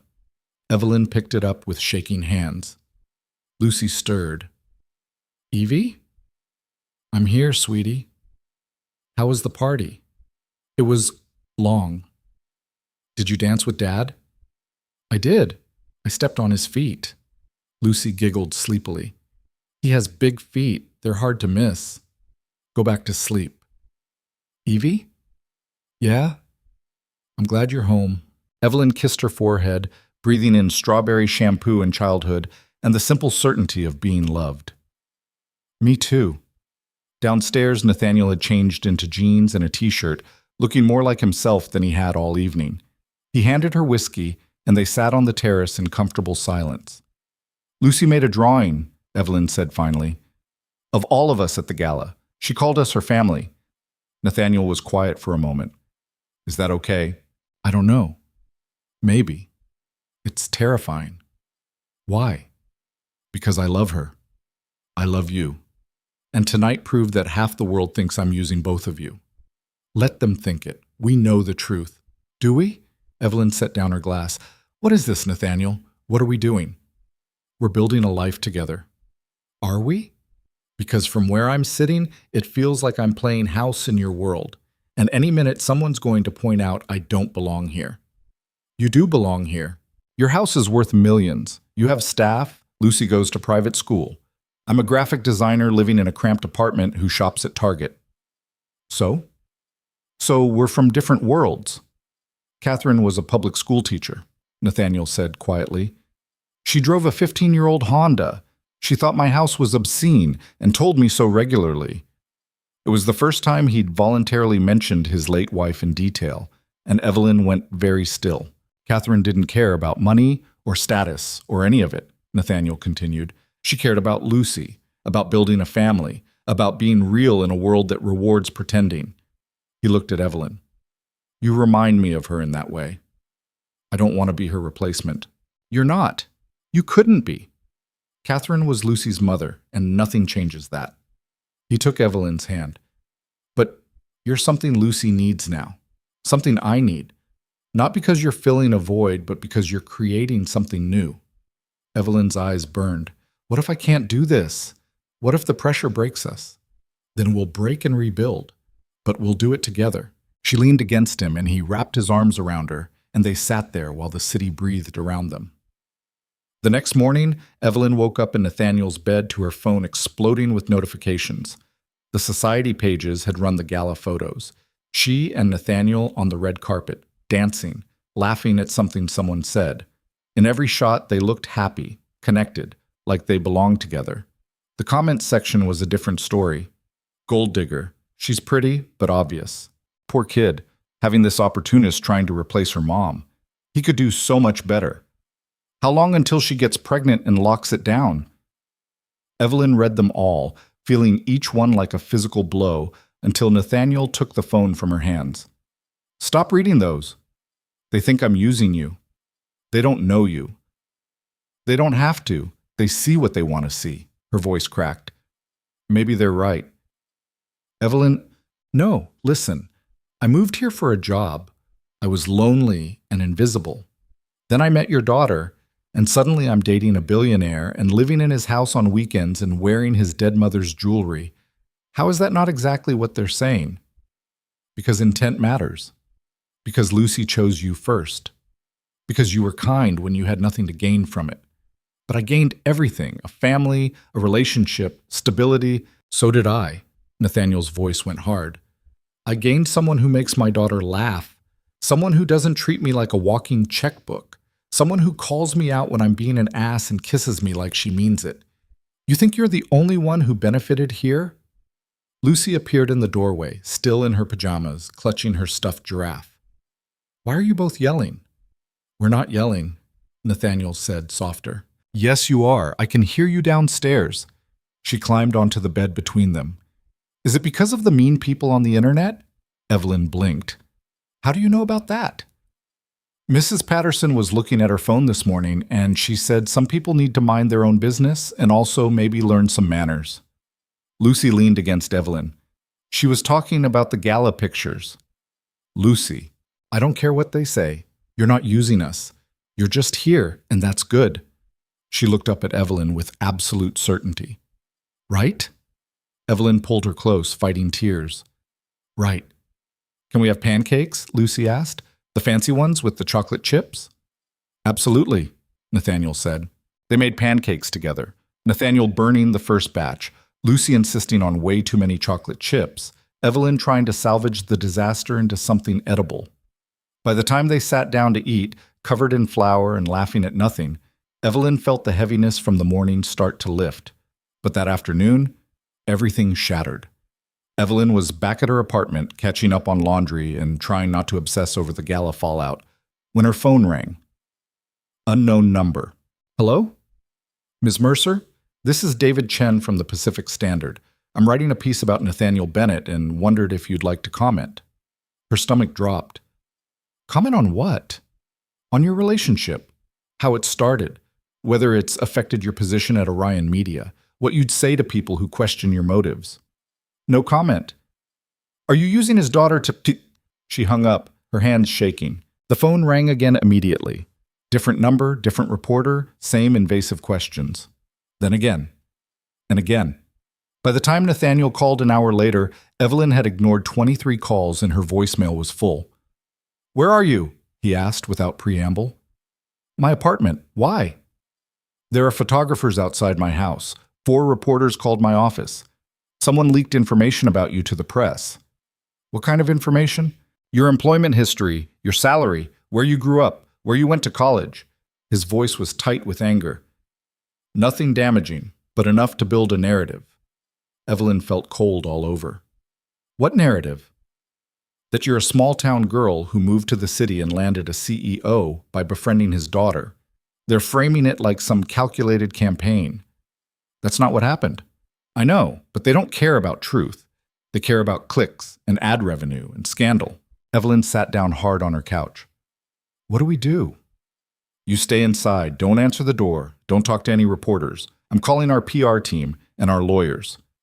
Nathaniel, I mean it, Evelyn. These people are vultures. Don't give them anything. He hung up, and Evelyn sat in her tiny apartment feeling the walls close in. By evening, the story was everywhere. Celebrity gossip sites, business news, social media, photos of her and Nathaniel at the gala, photos of Lucy leaving school with Mrs. Patterson, photos of Evelyn's apartment building with a red arrow pointing to her window. The headlines were vicious. Billionaire CEO's new romance, love or career move. From cafeteria to corner office, the Evelyn Mercer story. How to land a CEO in 3 easy steps. Bennett's late wife, replaced by ambitious designer. Her phone wouldn't stop ringing. Text messages from numbers she didn't recognize. Social media notifications piling up faster than she could delete them. Someone had found her college roommate who said Evelyn had always been ambitious and strategic about relationships. At 7 p.m., someone knocked on her door. She looked through the peephole, a woman with a camera. Ms. Mercer, just a few questions about your relationship with Nathaniel Bennett. Evelyn backed away from the door. The knocking continued. She turned off all the lights and sat in the dark, watching her phone light up with notifications, feeling like she was drowning. At 8 p.m., there was different knocking, harder, more insistent. Evelyn, it's me. Open the door. Nathaniel. She stumbled to the door and unlocked it. He slipped inside quickly, and she saw 3 photographers with cameras behind him. Mr. Bennett, is it true you're planning to promote Miss Mercer? Mr. Bennett, how does your daughter feel about this relationship? Mr. Bennett, are you aware of Miss Mercer's financial situation before she met you? He slammed the door, cutting them off. In the darkness of her apartment, they stood facing each other. I'm so sorry, he said. How did you get past them? Threaten them with legal action. It won't stick, but it bought me 30 seconds. He pulled her into his arms. Are you okay? No, this is a nightmare. I know, but it'll die down. Something else will happen, some other scandal, and they'll move on. And until then, her voice broke. Until then, they camp outside my apartment and call my old roommates and take pictures of Lucy at school? I've got security on Lucy. She's fine. She shouldn't need security because of me. This isn't your fault. Isn't it? Evelyn pulled away. You warned me. Everyone warned me. But I thought if we just kept our heads down and didn't make waves, it would be fine. I was naive. You were hopeful. That's different. It's stupid is what it is. Nathaniel reached for her, but she stepped back. I can't do this, she said quietly. Can't do what? This. Us. Not like this. Not with photographers following us and reporters calling Lucy's school and every website in the country speculating about my motives. Tears streamed down her face. I thought I could handle it, but I can't watch Lucy get hurt because people think I'm using her. Lucy's fine. She doesn't read the news. But her classmates do. Their parents do. How long until some kid at school says something cruel because they heard their mom talking? How long until she's known as the girl whose dad's girlfriend is a gold digger? That won't happen. You can't promise that. Nathaniel ran his hands through his hair, looking more exhausted than she'd ever seen him. What are you saying? I'm saying maybe we need to step back. Let things cool down. Give the press something else to focus on. Step back how? I don't know. Stop seeing each other publicly. Stop. Her voice cracked. Maybe I should transfer to a different company. Absolutely not. Nathaniel, no, you're not running away from your job because of this. Then what do you suggest? Because I can't live like this, and I won't let Lucy live like this either. He stared at her for a long moment, and she saw something shift in his expression, something hardening. You're giving up, he said. I'm being realistic. You're running. Again. Just like you did after the office found out about us. Just like you did after the gala. The second things get hard, you disappear. That's not fair, isn't it? Lucy asked you not to leave and you promised you'd stay. But here you are, looking for the exit the moment the pressure gets real. I'm trying to protect her by breaking her heart, because that's what this will do. She loves you, Evelyn. She calls you family, and you're about to prove to her that people leave when things get difficult. The words hit like a slap. That's not what I'm doing, Evelyn whispered. Then what are you doing? I'm trying to make this easier for everyone. Easier for who? Not for me, not for Lucy. Maybe just easier for you. Evelyn felt something inside her shatter. Get out. Evelyn, I said get out. You don't get to come into my apartment and tell me I'm a coward for trying to protect your daughter from this circus. I'm not calling you a coward. I'm asking you to fight. I am fighting. I've been fighting for months, but I'm one person against an entire media machine that's decided I'm a villain, and I'm tired, Nathaniel. I'm so fucking tired. He went quiet, looking at her with something like devastation in his eyes. I love you, he said finally, but I can't force you to stay. If you want out, if you need out, I'll respect that. But don't pretend it's for Lucy's sake. Own your decision. He left without waiting for a response, and Evelyn stood in her dark apartment listening to the photographers shout questions at him on his way out. She slid down the wall and sat on the floor, sobbing until she couldn't breathe, until her phone stopped buzzing, until the world outside her window went quiet. And she wondered if Nathaniel was right, if she'd been running all along. Evelyn didn't go to work Monday. She called in sick, which wasn't entirely a lie. She felt hollowed out, exhausted in a way that went bone deep. She stayed in her apartment with the curtains drawn, ignoring her phone, ignoring the world, trying to figure out what she was supposed to do next. By Tuesday morning, the media frenzy had somehow gotten worse. A tabloid ran a story about her college years, complete with quotes from people she barely remembered. Someone dug up her high school yearbook photo. A gossip columnist speculated about whether she was already pregnant, using a photo from the gala where the angle made her look fuller than she was. It was brutal and invasive and relentless. At noon, someone knocked on her door. Not reporters this time. They'd mostly given up after Nathaniel's lawyers sent threatening letters. This was a different kind of knock. Tentative. Hopeful. She looked through the peephole. Lucy stood there in her school uniform, holding her rabbit backpack, Mrs. Patterson beside her looking apologetic.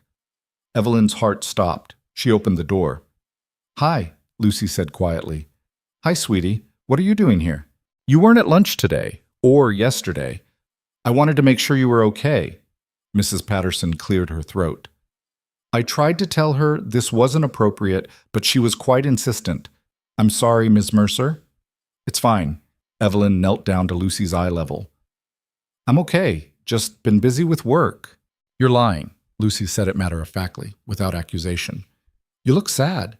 And you're wearing the same shirt you wore Friday, which means you haven't changed clothes in a while, which means you're really sad. Evelyn glanced down at her shirt, realizing Lucy was right. Can I come in? Lucy asked. I brought you something. Evelyn looked at Mrs. Patterson, who nodded slightly. Of course. Lucy walked inside like she'd been there 100 times, even though this was her first visit. She set her backpack on the couch and pulled out a drawing. It showed two people sitting at a table, Stick figures with carefully detailed faces. One had brown pigtails. One had long black hair. Between them was a purple giraffe. "I made you this," Lucy said, "to remind you." "Remind me of what?" "That you're my friend, no matter what anyone says."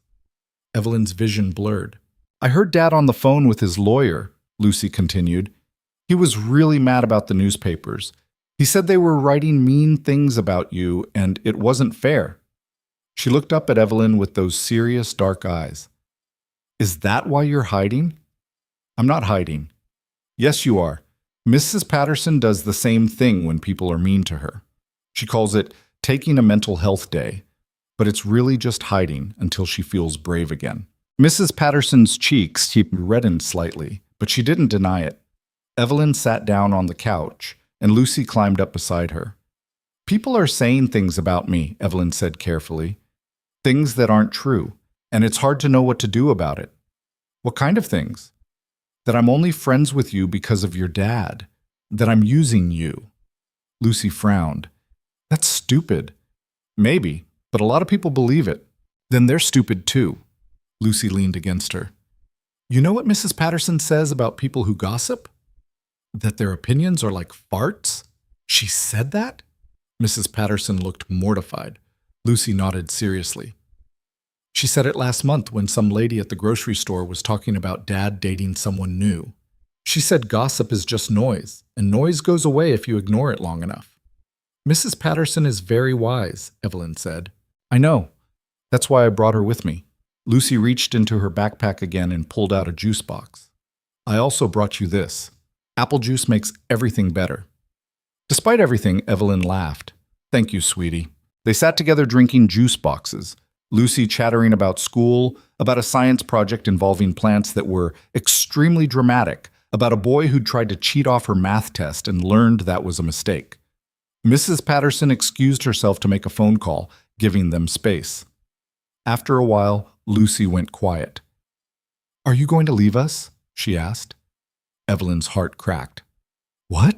"Dad won't tell me what's happening, but I heard him talking to Mrs. Patterson. He sounded scared, and Dad doesn't get scared about normal things, so I know it's bad." Lucy's voice went small. "Are you leaving because people are mean?" "I don't know, Lucy. That's not an answer." "I know. I need a real answer, because if you're going to leave, I need to know now. I can't—" Her voice broke. "I can't have another person I love just disappear." Evelyn pulled her close, and Lucy started crying, quiet, broken sobs that shook her small frame. "My mom left, and she didn't mean to, but she still left," Lucy said into Evelyn's shoulder. "And everyone said she was in a better place, and she'd always be with me. But that's not true because she's just gone. And then you came, and you were so nice, and you didn't treat me like I was broken, and I thought maybe I could have someone again. But now you're leaving too." "Lucy, don't tell me you're not. I can tell. You have the same look Dad had after Mom died, like you're already halfway gone and you're just waiting for permission to leave completely." The truth of it hit Evelyn like a physical blow. She had been halfway gone. She'd been planning her exit, mentally packing her bags, preparing to run before the pain got worse. Just like Nathaniel said. "I'm scared," Evelyn whispered.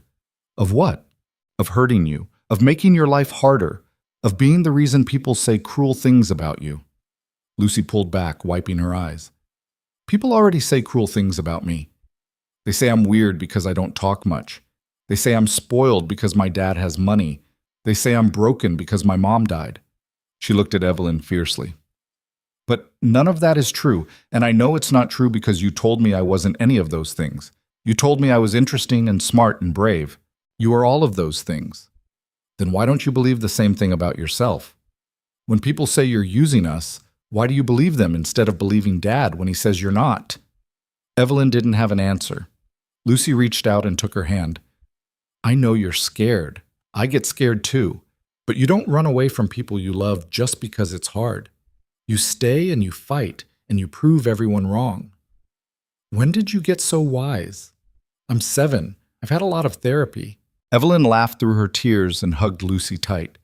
Mrs. Patterson reappeared, gently telling Lucy it was time to go.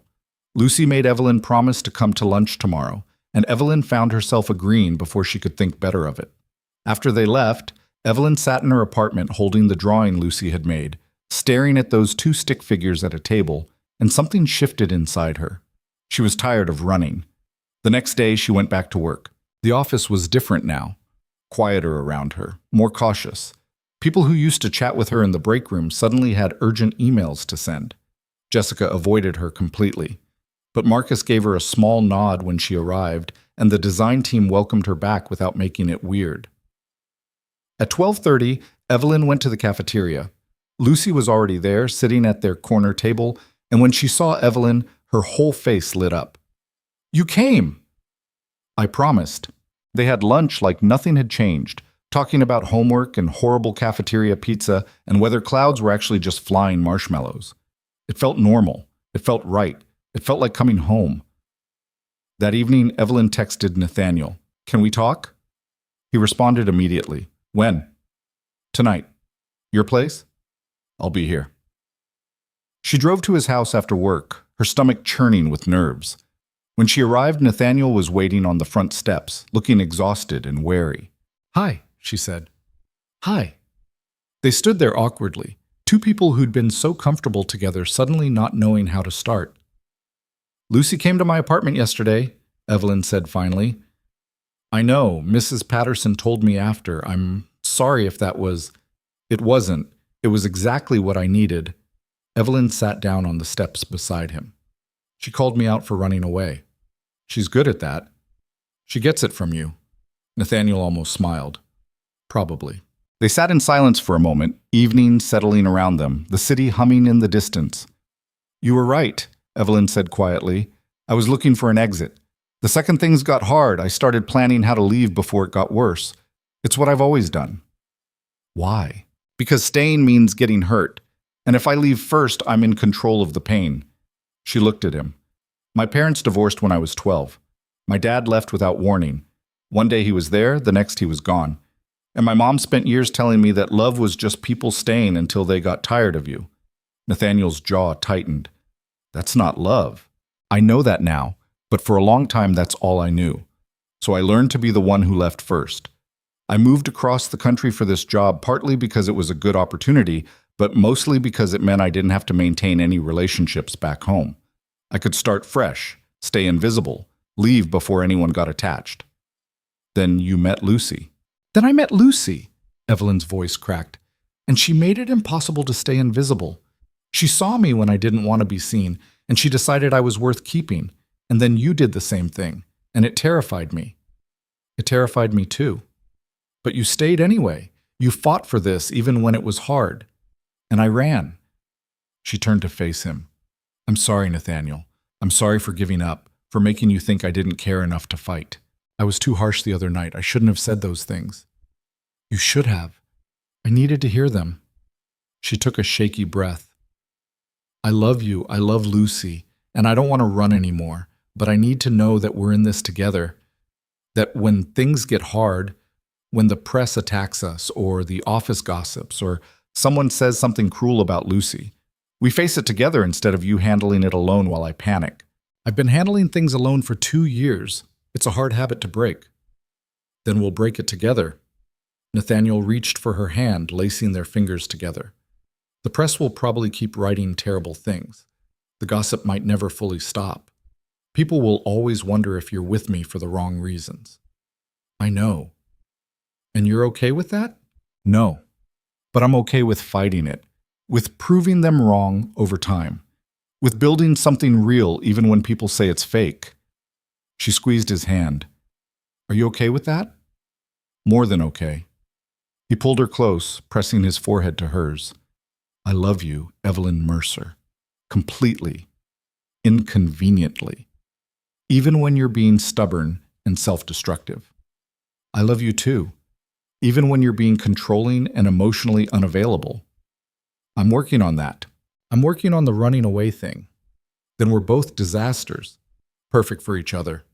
He kissed her then, soft and certain, and Evelyn felt something in her chest settle, like a piece of herself she'd been holding separate finally clicking into place. When they broke apart, Lucy was standing in the doorway wearing pajamas and a knowing expression. "You're back," she said to Evelyn. "I'm back." "For good this time?" "For good." "Okay. Can we have ice cream now?" I waited very patiently while you two were being dramatic on the steps. Nathaniel laughed. "Yes, ice cream for everyone." They went inside and made ridiculous sundaes with too many toppings, and Lucy told them about her day in excruciating detail, and it felt like breathing after holding your breath for too long. Later, after Lucy was asleep, Evelyn and Nathaniel stood on the terrace under a sky full of stars. "The company's annual board meeting is next week," Nathaniel said. "Margaret Rothschild is going to push for a formal inquiry into our relationship. She'll say it's a conflict of interest, that I'm showing favoritism, that it's bad for company morale." "What will you say?" "That my personal life is none of her business. That you've been reviewed by HR and cleared of any impropriety. That she can take her concerns and—" He stopped. "Actually, I'll probably say it more diplomatically, but the sentiment will be the same. Will the board back you?" "Most of them. A few will side with Margaret because they always do. But I have enough support to shut this down." "And if you don't?" "Then I tell them they can accept my relationship with you or accept my resignation, because I'm not giving you up to make them comfortable." Evelyn stared at him. "You'd resign?" "I'd do a lot of things for you. Resigning would be the easy one." "Nathaniel, you built this company, and I'll build another one if I have to. But I won't sacrifice you or Lucy or what we have together for a job." He turned to face her. "I spent 2 years as a ghost, going through the motions, being a CEO and a father, but not really being present for any of it. Then you showed up and reminded me what it felt like to be alive. I'm not going back to that half-life. Not for anything." "You're insane." "Probably. But I'm your kind of insane." She kissed him hard, pouring everything she couldn't say into it. Gratitude and fear and hope and love all tangled together. When they finally pulled apart, both breathing hard, Nathaniel smiled against her mouth. "So we're really doing this?" he asked. "We're really doing this. No more running?" "No more running." "Good. Because I have something to ask you." Evelyn's heart stuttered. "What?" He reached into his pocket and pulled out a small box. Her breath stopped. "I'm not proposing," he said quickly. "Not yet. We've been together 4 months and you just stopped planning your escape route yesterday. But I want you to have this." He opened the box. Inside was a key. "It's to the house," he explained. "I want you to move in, officially, not just staying over on weekends, but actually living here, with me and Lucy, as a family." Evelyn stared at the key, her vision blurring. "I know it's fast," Nathaniel continued, "and I know it'll give the gossips more ammunition, but I don't care. I want to wake up with you every morning. I want Lucy to have you here for breakfast and homework and bedtime stories. I want us to be official and permanent and undeniable." "Yes," Evelyn whispered. "Yeah?" "Yes, absolutely yes." He kissed her again, and this time when they broke apart, they were both smiling like idiots. "Lucy's going to lose her mind," Evelyn said. She picked out the key, insisted it had to be the one with the blue rubber cover. "She knew you were going to ask me?" "She's known for weeks. She's been rearranging her drawings to make room for your stuff." Evelyn laughed, tears streaming down her face. "I love you both so much it's ridiculous." The feeling's mutual. They stood there on the terrace, holding each other under the stars. And Evelyn thought about all the moments that had led to this one. A lonely lunch in a cafeteria. A little girl with a rabbit backpack. A man who'd forgotten how to hope learning to try again. It wasn't perfect. The press would keep circling. The office would keep gossiping. Margaret Rothschild would keep being terrible. But none of that mattered as much as this. The three of them building something real out of grief and loneliness and the simple act of showing up. The next week, Evelyn started moving her things into the Bennett house. It was a chaotic process. Lucy helped by unpacking boxes and reorganizing everything according to her own logic. Nathaniel attempted to assemble a bookshelf and gave up after an hour, calling professionals. Mrs. Patterson cried happy tears and made them all lunch. The design team threw Evelyn an unofficial goodbye party for her apartment, complete with cheap wine and increasingly terrible jokes about her moving up in the world. Marcus pulled her aside at the end. "You doing okay with all this?" "Honestly, I'm terrified." "Good. That means you care." He raised his glass. To taking risks and hoping they work out. To hoping, Evelyn echoed. The board meeting happened on a Thursday. Nathaniel came home that evening looking exhausted but satisfied. Margaret tried. I shut her down. The board voted to close the inquiry and move on. What did you say? That my relationship with you is serious and permanent. That any concerns about conflicts of interest have been addressed through proper channels. And that if the board wanted to spend company time policing my personal life instead of focusing on actual business, we had bigger problems. Very diplomatic. I may have also mentioned that Margaret's son works in our finance department despite being spectacularly unqualified, so she might want to reconsider throwing stones about favoritism. Evelyn kissed him. My hero. Hardly, but I'll accept the kiss anyway. That night, the three of them had dinner together at their table. Not the fancy dining room table, but the kitchen table where they actually ate. Lucy insisted on pizza because cooking was too much pressure for a Thursday. After dinner, Lucy presented Evelyn with a drawing. It showed a house with 3 people inside. 1 tall figure, 1 medium figure, 1 small figure with pigtails, all holding hands. At the top, in Lucy's careful handwriting, home. This is beautiful, Evelyn said. It's us, our family. Lucy looked up at her seriously. You're really staying, right? Forever? Forever is a long time. I know. That's why I'm asking. Evelyn looked at Nathaniel, who nodded slightly, then back at Lucy. Yeah, she said. I'm really staying. Okay, good, because I already told my teacher you were my stepmom, and it would be embarrassing if you left now. I'm not your stepmom yet, Evelyn said, laughing. Yet, Lucy agreed, but you will be. Dad's going to propose eventually. He already bought a ring. Nathaniel choked on his wine. Lucy, he managed. What? I saw it in your sock drawer when I was looking for my missing glitter pen. She looked at Evelyn. It's really pretty. You'll like it. Evelyn bit back a smile, watching Nathaniel turn red. We're working on the concept of privacy, he muttered. Privacy is boring, Lucy announced. Ice cream isn't. Can we have some? Yes, absolutely. Please stop talking about my sock drawer. Later, after Lucy was in bed, Evelyn cornered Nathaniel in their bedroom. You bought a ring? Lucy has a big mouth. When were you planning to tell me? When the time was right, which isn't now, before you ask. When is the right time? When we've been living together more than 2 weeks, when the press has moved on to other scandals, when I can propose without it feeling like I'm doing it to prove something to everyone watching us. He pulled her close. I want to marry you, Evelyn, but I want to do it right, not rushed, not because of external pressure, just because we're ready. That's very mature of you. Lucy finding the ring kind of ruined my plan to be romantic and surprising, but yes, for what it's worth, my answer will be yes whenever you ask. Good to know. He kissed her forehead. But I'm still waiting for the right moment. You're such a perfectionist. You love it. I really do. They stood there in the bedroom that was now theirs, in the house that was now home, and Evelyn thought about the girl she'd been 6 months ago. Lonely. Invisible. Convinced that staying small was safer than being seen. That girl wouldn't recognize her now. This version of herself was loud and messy and in love. She lived with a billionaire and his daughter. She survived media scandals and office politics and board meeting inquiries. She showed up even when it was hard. She stayed. And somehow, impossibly, that was enough. 3 months later, on a Saturday morning in early fall, Nathaniel proposed in the kitchen while Lucy supervised from the counter with a bowl of cereal and the seriousness of a corporate executive. It wasn't romantic by traditional standards. There were no rose petals or violin players or carefully orchestrated speeches. Evelyn was wearing pajama pants and one of Nathaniel's old college sweatshirts. Her hair was in a messy bun. She had flour on her face from attempting pancakes.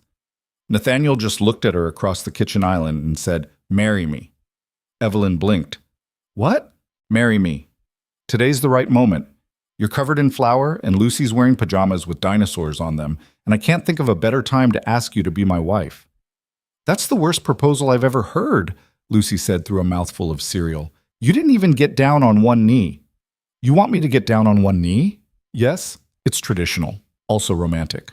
Nathaniel looked at Evelyn, who was trying not to laugh, and got down on one knee in the middle of their kitchen. He pulled the ring from his pocket, the one Lucy had found weeks ago and kept spectacularly bad secrets about. "Evelyn Mercer," he said, "you walked into my life through a cafeteria and somehow convinced my daughter I was worth saving. You stayed when things got hard. You fought when it would have been easier to run. You made this house feel like home instead of just a place we survived in." His voice cracked slightly. "Will you marry me?" Lucy leaned forward on her stool, eyes wide. Evelyn looked at this man kneeling in front of her, at this little girl watching with barely contained excitement, at the kitchen that smelled like burnt pancakes and possibility, and felt something settle deep in her chest. "Yes," she said. "Obviously, yes." Nathaniel stood and kissed her while Lucy cheered and spilled cereal everywhere and the smoke alarm went off because the pancakes were definitely burning now. It was chaotic and imperfect and absolutely right. They set the wedding for 6 months out, which Lucy declared was forever away, but which Evelyn insisted they needed for planning. The guest list became a negotiation between Nathaniel's business obligations and Evelyn's desire for something small and intimate. They compromised on 75 people, which felt like a crowd but was apparently modest by CEO standards. The press, predictably, had opinions. Some outlets ran sweet stories about the billionaire finding love again. Others remained skeptical, framing it as a calculated move on Evelyn's part. A particularly nasty gossip column suggested she'd trapped Nathaniel by becoming indispensable to his daughter. Evelyn learned to stop reading the comments. Most days, anyway. She threw herself into wedding planning with Lucy as her enthusiastic co-conspirator. They spent weekends looking at venues, tasting cakes, debating color schemes. Lucy had strong opinions about everything, particularly the flowers. "Purple," she insisted. "Everything should be purple." "Everything can't be purple, sweetie. That's too much purple." "There's no such thing as too much purple. Purple is elegant and also my favorite color, so statistically it should be represented." Statistically. I'm using big words to sound more convincing. Is it working? A little bit.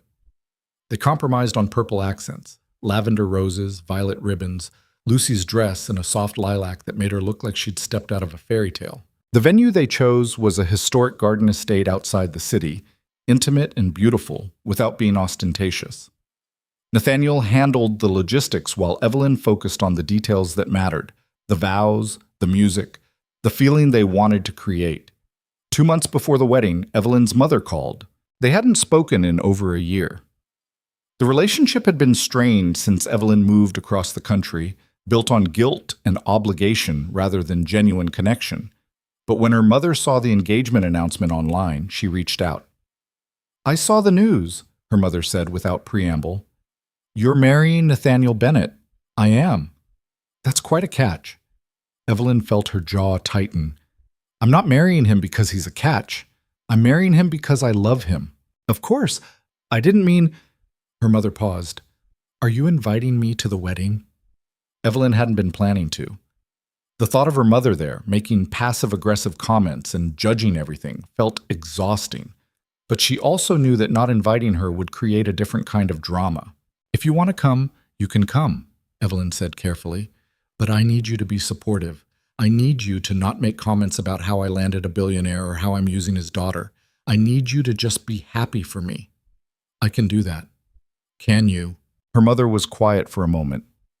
"I know I wasn't always the best parent after your father left.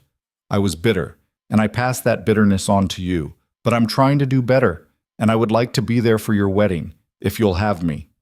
It wasn't an apology exactly, but it was close enough. "Okay," Evelyn said. "I'll send you an invitation." After they hung up, Nathaniel found her sitting on the terrace staring at nothing. "You okay?" he asked. "My mother's coming to the wedding." "Is that a good thing?" "I have no idea, but it felt like the right thing." She leaned against him. "Is it weird that I'm more nervous about my mother meeting Lucy than I am about the actual wedding?" "Not weird at all. Families are complicated. Yours isn't. Mrs. Patterson is lovely. Your sister sends thoughtful text messages, and your mother's jewelry is beautiful. My mother died when I was 23, and my sister lives in London specifically to avoid family obligations. We're not as uncomplicated as you think." "Fair point." He kissed the top of her head. "Whatever happens with your mother, We'll handle it together. Promise? Promise. Evelyn's mother arrived 3 days before the wedding. She was smaller than Evelyn remembered, her hair more gray, her face more lined. She looked nervous walking into the Bennett house, clutching her purse like a shield. Lucy answered the door. "Hi," she said. "You must be Evelyn's mom. I'm Lucy. This is my house. Do you want juice?" Evelyn's mother blinked. Sure. Juice would be nice." Lucy led her to the kitchen where Evelyn was attempting to organize seating charts. When she saw her mother, something clenched in her chest. "Hi, Mom." "Evelyn, you look good." "Thanks. You too." Awkward silence stretched between them while Lucy poured apple juice into 3 glasses with intense concentration. "Your home is beautiful," her mother said finally. "It's Nathaniel's home. I just live here." Lucy said it was her home. She seems very confident about that. Lucy's confident about most things. Lucy handed them juice and climbed onto a stool. "Are you staying for dinner? We're having tacos because Dad can't burn those, usually." Despite herself, Evelyn's mother smiled. "I'd like that." Dinner was surprisingly not terrible. Nathaniel was charming without being overwhelming. Lucy dominated the conversation with stories about school and her recent discovery that volcanoes were extremely dramatic geological features. Evelyn's mother asked appropriate questions and even laughed a few times. After Lucy went to bed, the 3 adults sat in the living room with wine. "She's a special kid," Evelyn's mother said. "She is," Nathaniel agreed. "And you two seem happy, really happy." "We are," Evelyn said carefully, waiting for the other shoe to drop. Her mother took a sip of wine. "I owe you an apology for a lot of things, but especially for how I talked about relationships after your father left. I made you think love was just people staying until they got tired of you. That wasn't fair." Evelyn felt her throat tighten. "Mom, let me finish. I was hurt and angry, and I taught you to protect yourself by never letting anyone get close. But looking at you now, seeing you with Nathaniel and Lucy, I realize how wrong I was. Love isn't about protecting yourself. It's about being brave enough to stay even when it's hard." "You sound like Lucy," Evelyn said, tears building. "She's a smart kid, smarter than I was at her age, smarter than I've been at any age." Her mother reached across and took her hand. "I'm proud of you, Evelyn, for building this life, for taking the risk, for being braver than I ever taught you to be." Evelyn squeezed her hand, unable to speak. Nathaniel quietly excused himself, giving them space, and Evelyn sat with her mother and cried and talked and started rebuilding something she thought was permanently broken. The morning of the wedding dawned clear and cool, autumn settling over the city in shades of gold and amber. Evelyn woke up in a hotel room. Tradition dictated that she and Nathaniel spend the night before apart, which Lucy had declared old-fashioned and unnecessary, but had ultimately accepted. Her mother was in the adjoining room. The design team had sent flowers with a card that said, "Don't trip." She felt nervous and excited and terrified in the best possible way. Lucy arrived at 9 a.m. wearing her lilac dress and carrying her rabbit backpack, which she insisted was essential, even though Mrs. Patterson kept trying to convince her otherwise. "It has my good luck giraffe in it," Lucy explained, "and the drawing I made for you, and emergency snacks in case the wedding goes long and people get hungry." "Very practical," Evelyn said.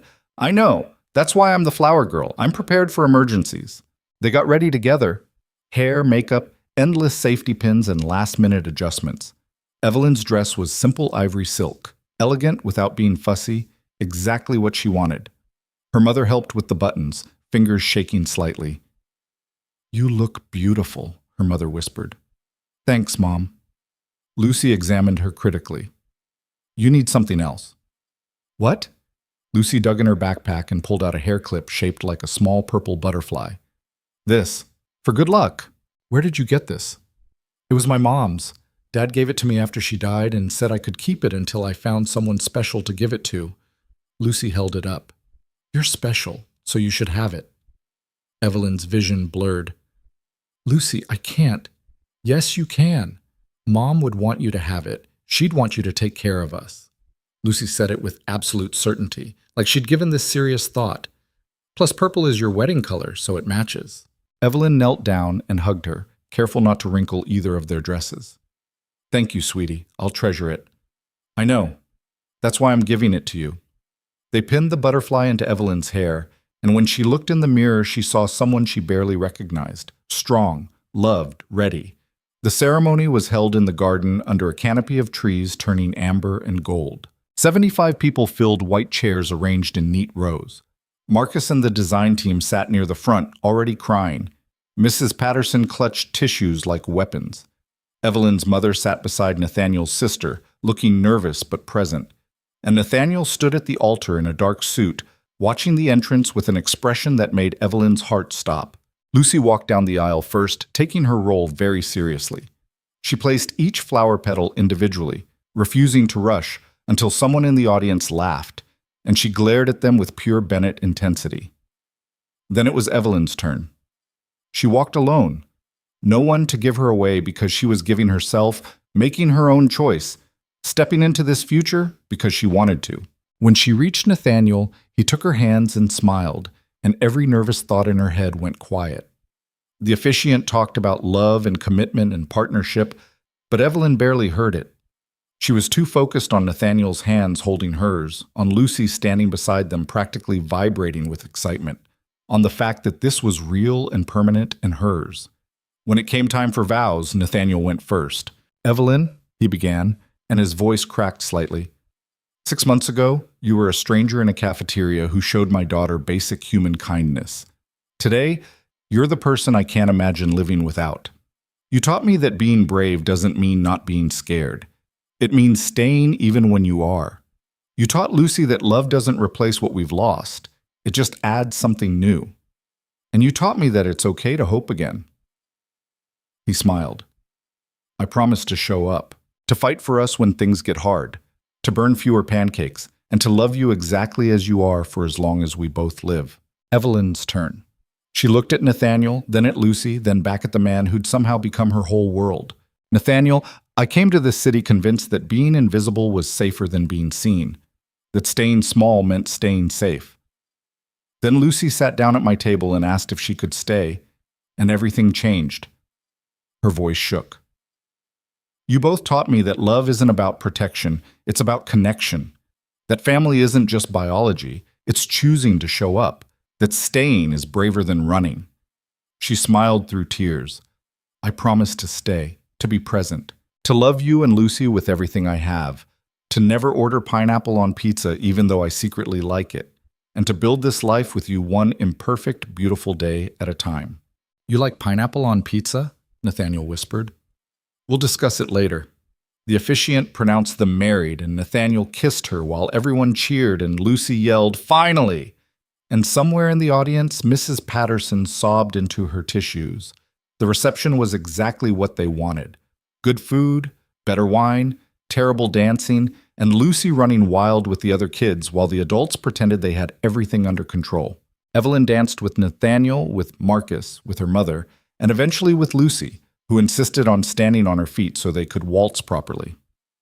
"Are you happy?" Lucy asked. "Happier than I've ever been." "Good, because you're stuck with us now, legally. I wouldn't want to be anywhere else." Even when Dad burns dinner and I have meltdowns about homework and Mrs. Patterson cries at commercials. Especially then, Lucy hugged her tight. "I love you, Evie. I love you too, Lucy."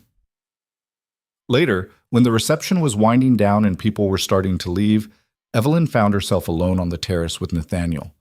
The garden was lit with string lights, and the evening air smelled like autumn and possibility. "We did it," she said. "We did. Are you ready for the rest of our lives?" "Not even a little bit, but I'm doing it anyway." She laughed and leaned against him, and they stood there watching the party wind down, watching their family and friends celebrate something that had started in a cafeteria with a little girl and a rabbit backpack. 6 years later, Evelyn stood in that same cafeteria at Orion Media, watching her stepdaughter, because that's what Lucy had become, officially and completely, eat lunch with a new kid who looked lost and alone. Lucy was 13 now, all angles and attitude and fierce compassion. She'd kept the tradition of Tuesday cafeteria lunches, but now she was the one who spotted the lonely kids and invited them to sit down. Today it was a boy named Marcus, small for his age, holding his lunch tray like a shield. "You can sit with us," Lucy said, gesturing to the table where two other kids already sat. "We're weird, but we're nice about it." The boy hesitated, then sat. Evelyn watched from the doorway, her heart full. She'd been promoted twice since the wedding, was now senior creative director, led a team of 12 designers. She'd proven herself through work that spoke louder than gossip ever could. Some people still whispered about how she got her position, but most had moved on to newer scandals. Margaret Rothschild had retired last year, still bitter, still convinced Evelyn was a gold digger. Evelyn sent her a nice retirement card anyway, because being petty wasn't worth the energy. At home, life was beautifully chaotic. Nathaniel had stepped back from some of his CEO responsibilities, delegating more so he could actually be present for Lucy's school plays and family dinners and Saturday morning pancakes. They'd adopted a dog against their better judgment, a massive golden retriever named Biscuit, who Lucy claimed was extremely therapeutic and who destroyed furniture with alarming regularity. Evelyn's mother visited twice a year, and while their relationship would never be simple, it was real.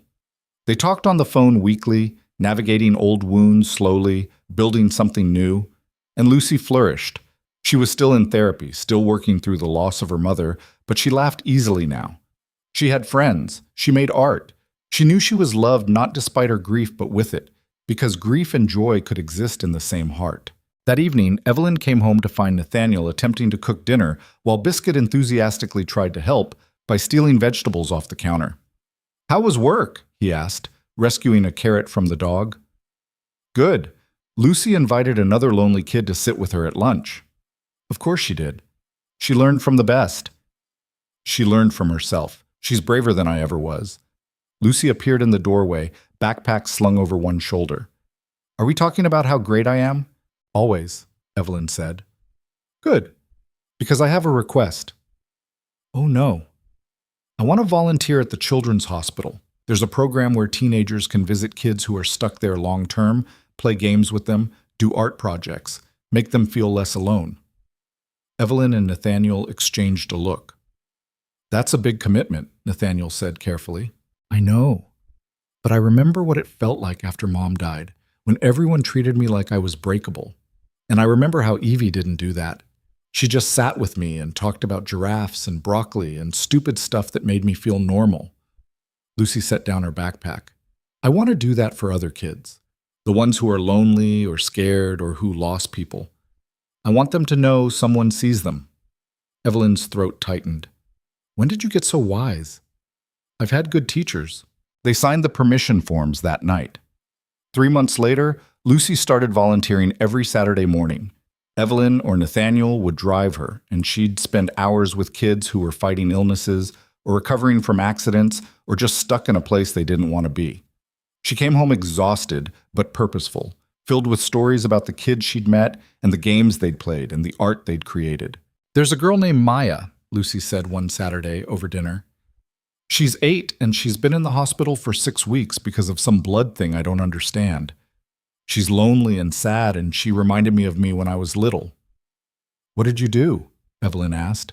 "I taught her how to draw giraffes, and we talked about how sometimes things are terrible, but they don't stay terrible forever. And I told her about my mom and how it still hurts, but it doesn't hurt the same way it used to." Lucy poked at her food. "I think it helped." She smiled at the end, a real smile, not a fake one. "You did good, sweetie," Nathaniel said quietly. "I know. I'm going back next week." Evelyn watched her stepdaughter talk about connection and pain and hope, and she thought about all the ways grief had shaped their family, how loss had brought them together, how one little girl's loneliness had saved 3 people from their separate islands. That night, after Lucy was asleep and Biscuit was snoring on the couch, Evelyn pulled out the old drawing Lucy had made years ago, the one showing 2 stick figures at a cafeteria table with a purple giraffe between them. Lucy had updated it over the years, adding Nathaniel, adding their dog, adding the house and the garden and all the pieces of their life. But she'd kept the original drawing at the center, the reminder of where everything started. "My friend Evelyn," it still said at the top, in first-grade handwriting that Lucy refused to update because she said it was historically accurate. Nathaniel found her looking at it, tears streaming down her face. "You okay?" he asked. "Yeah, just thinking about how different everything could have been.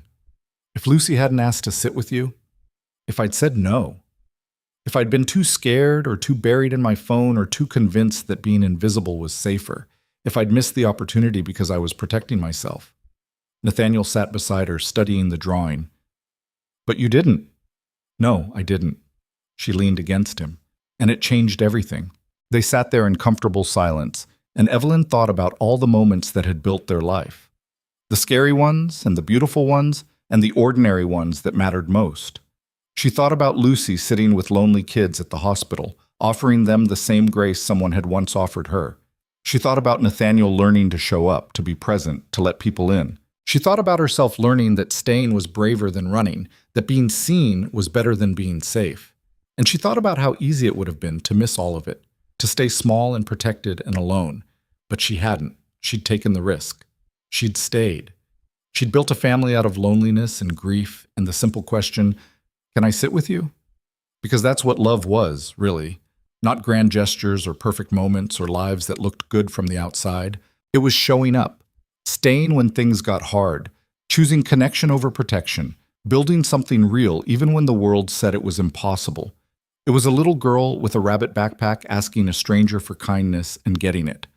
It was a father learning to hope again. It was a woman learning that being brave meant letting people in.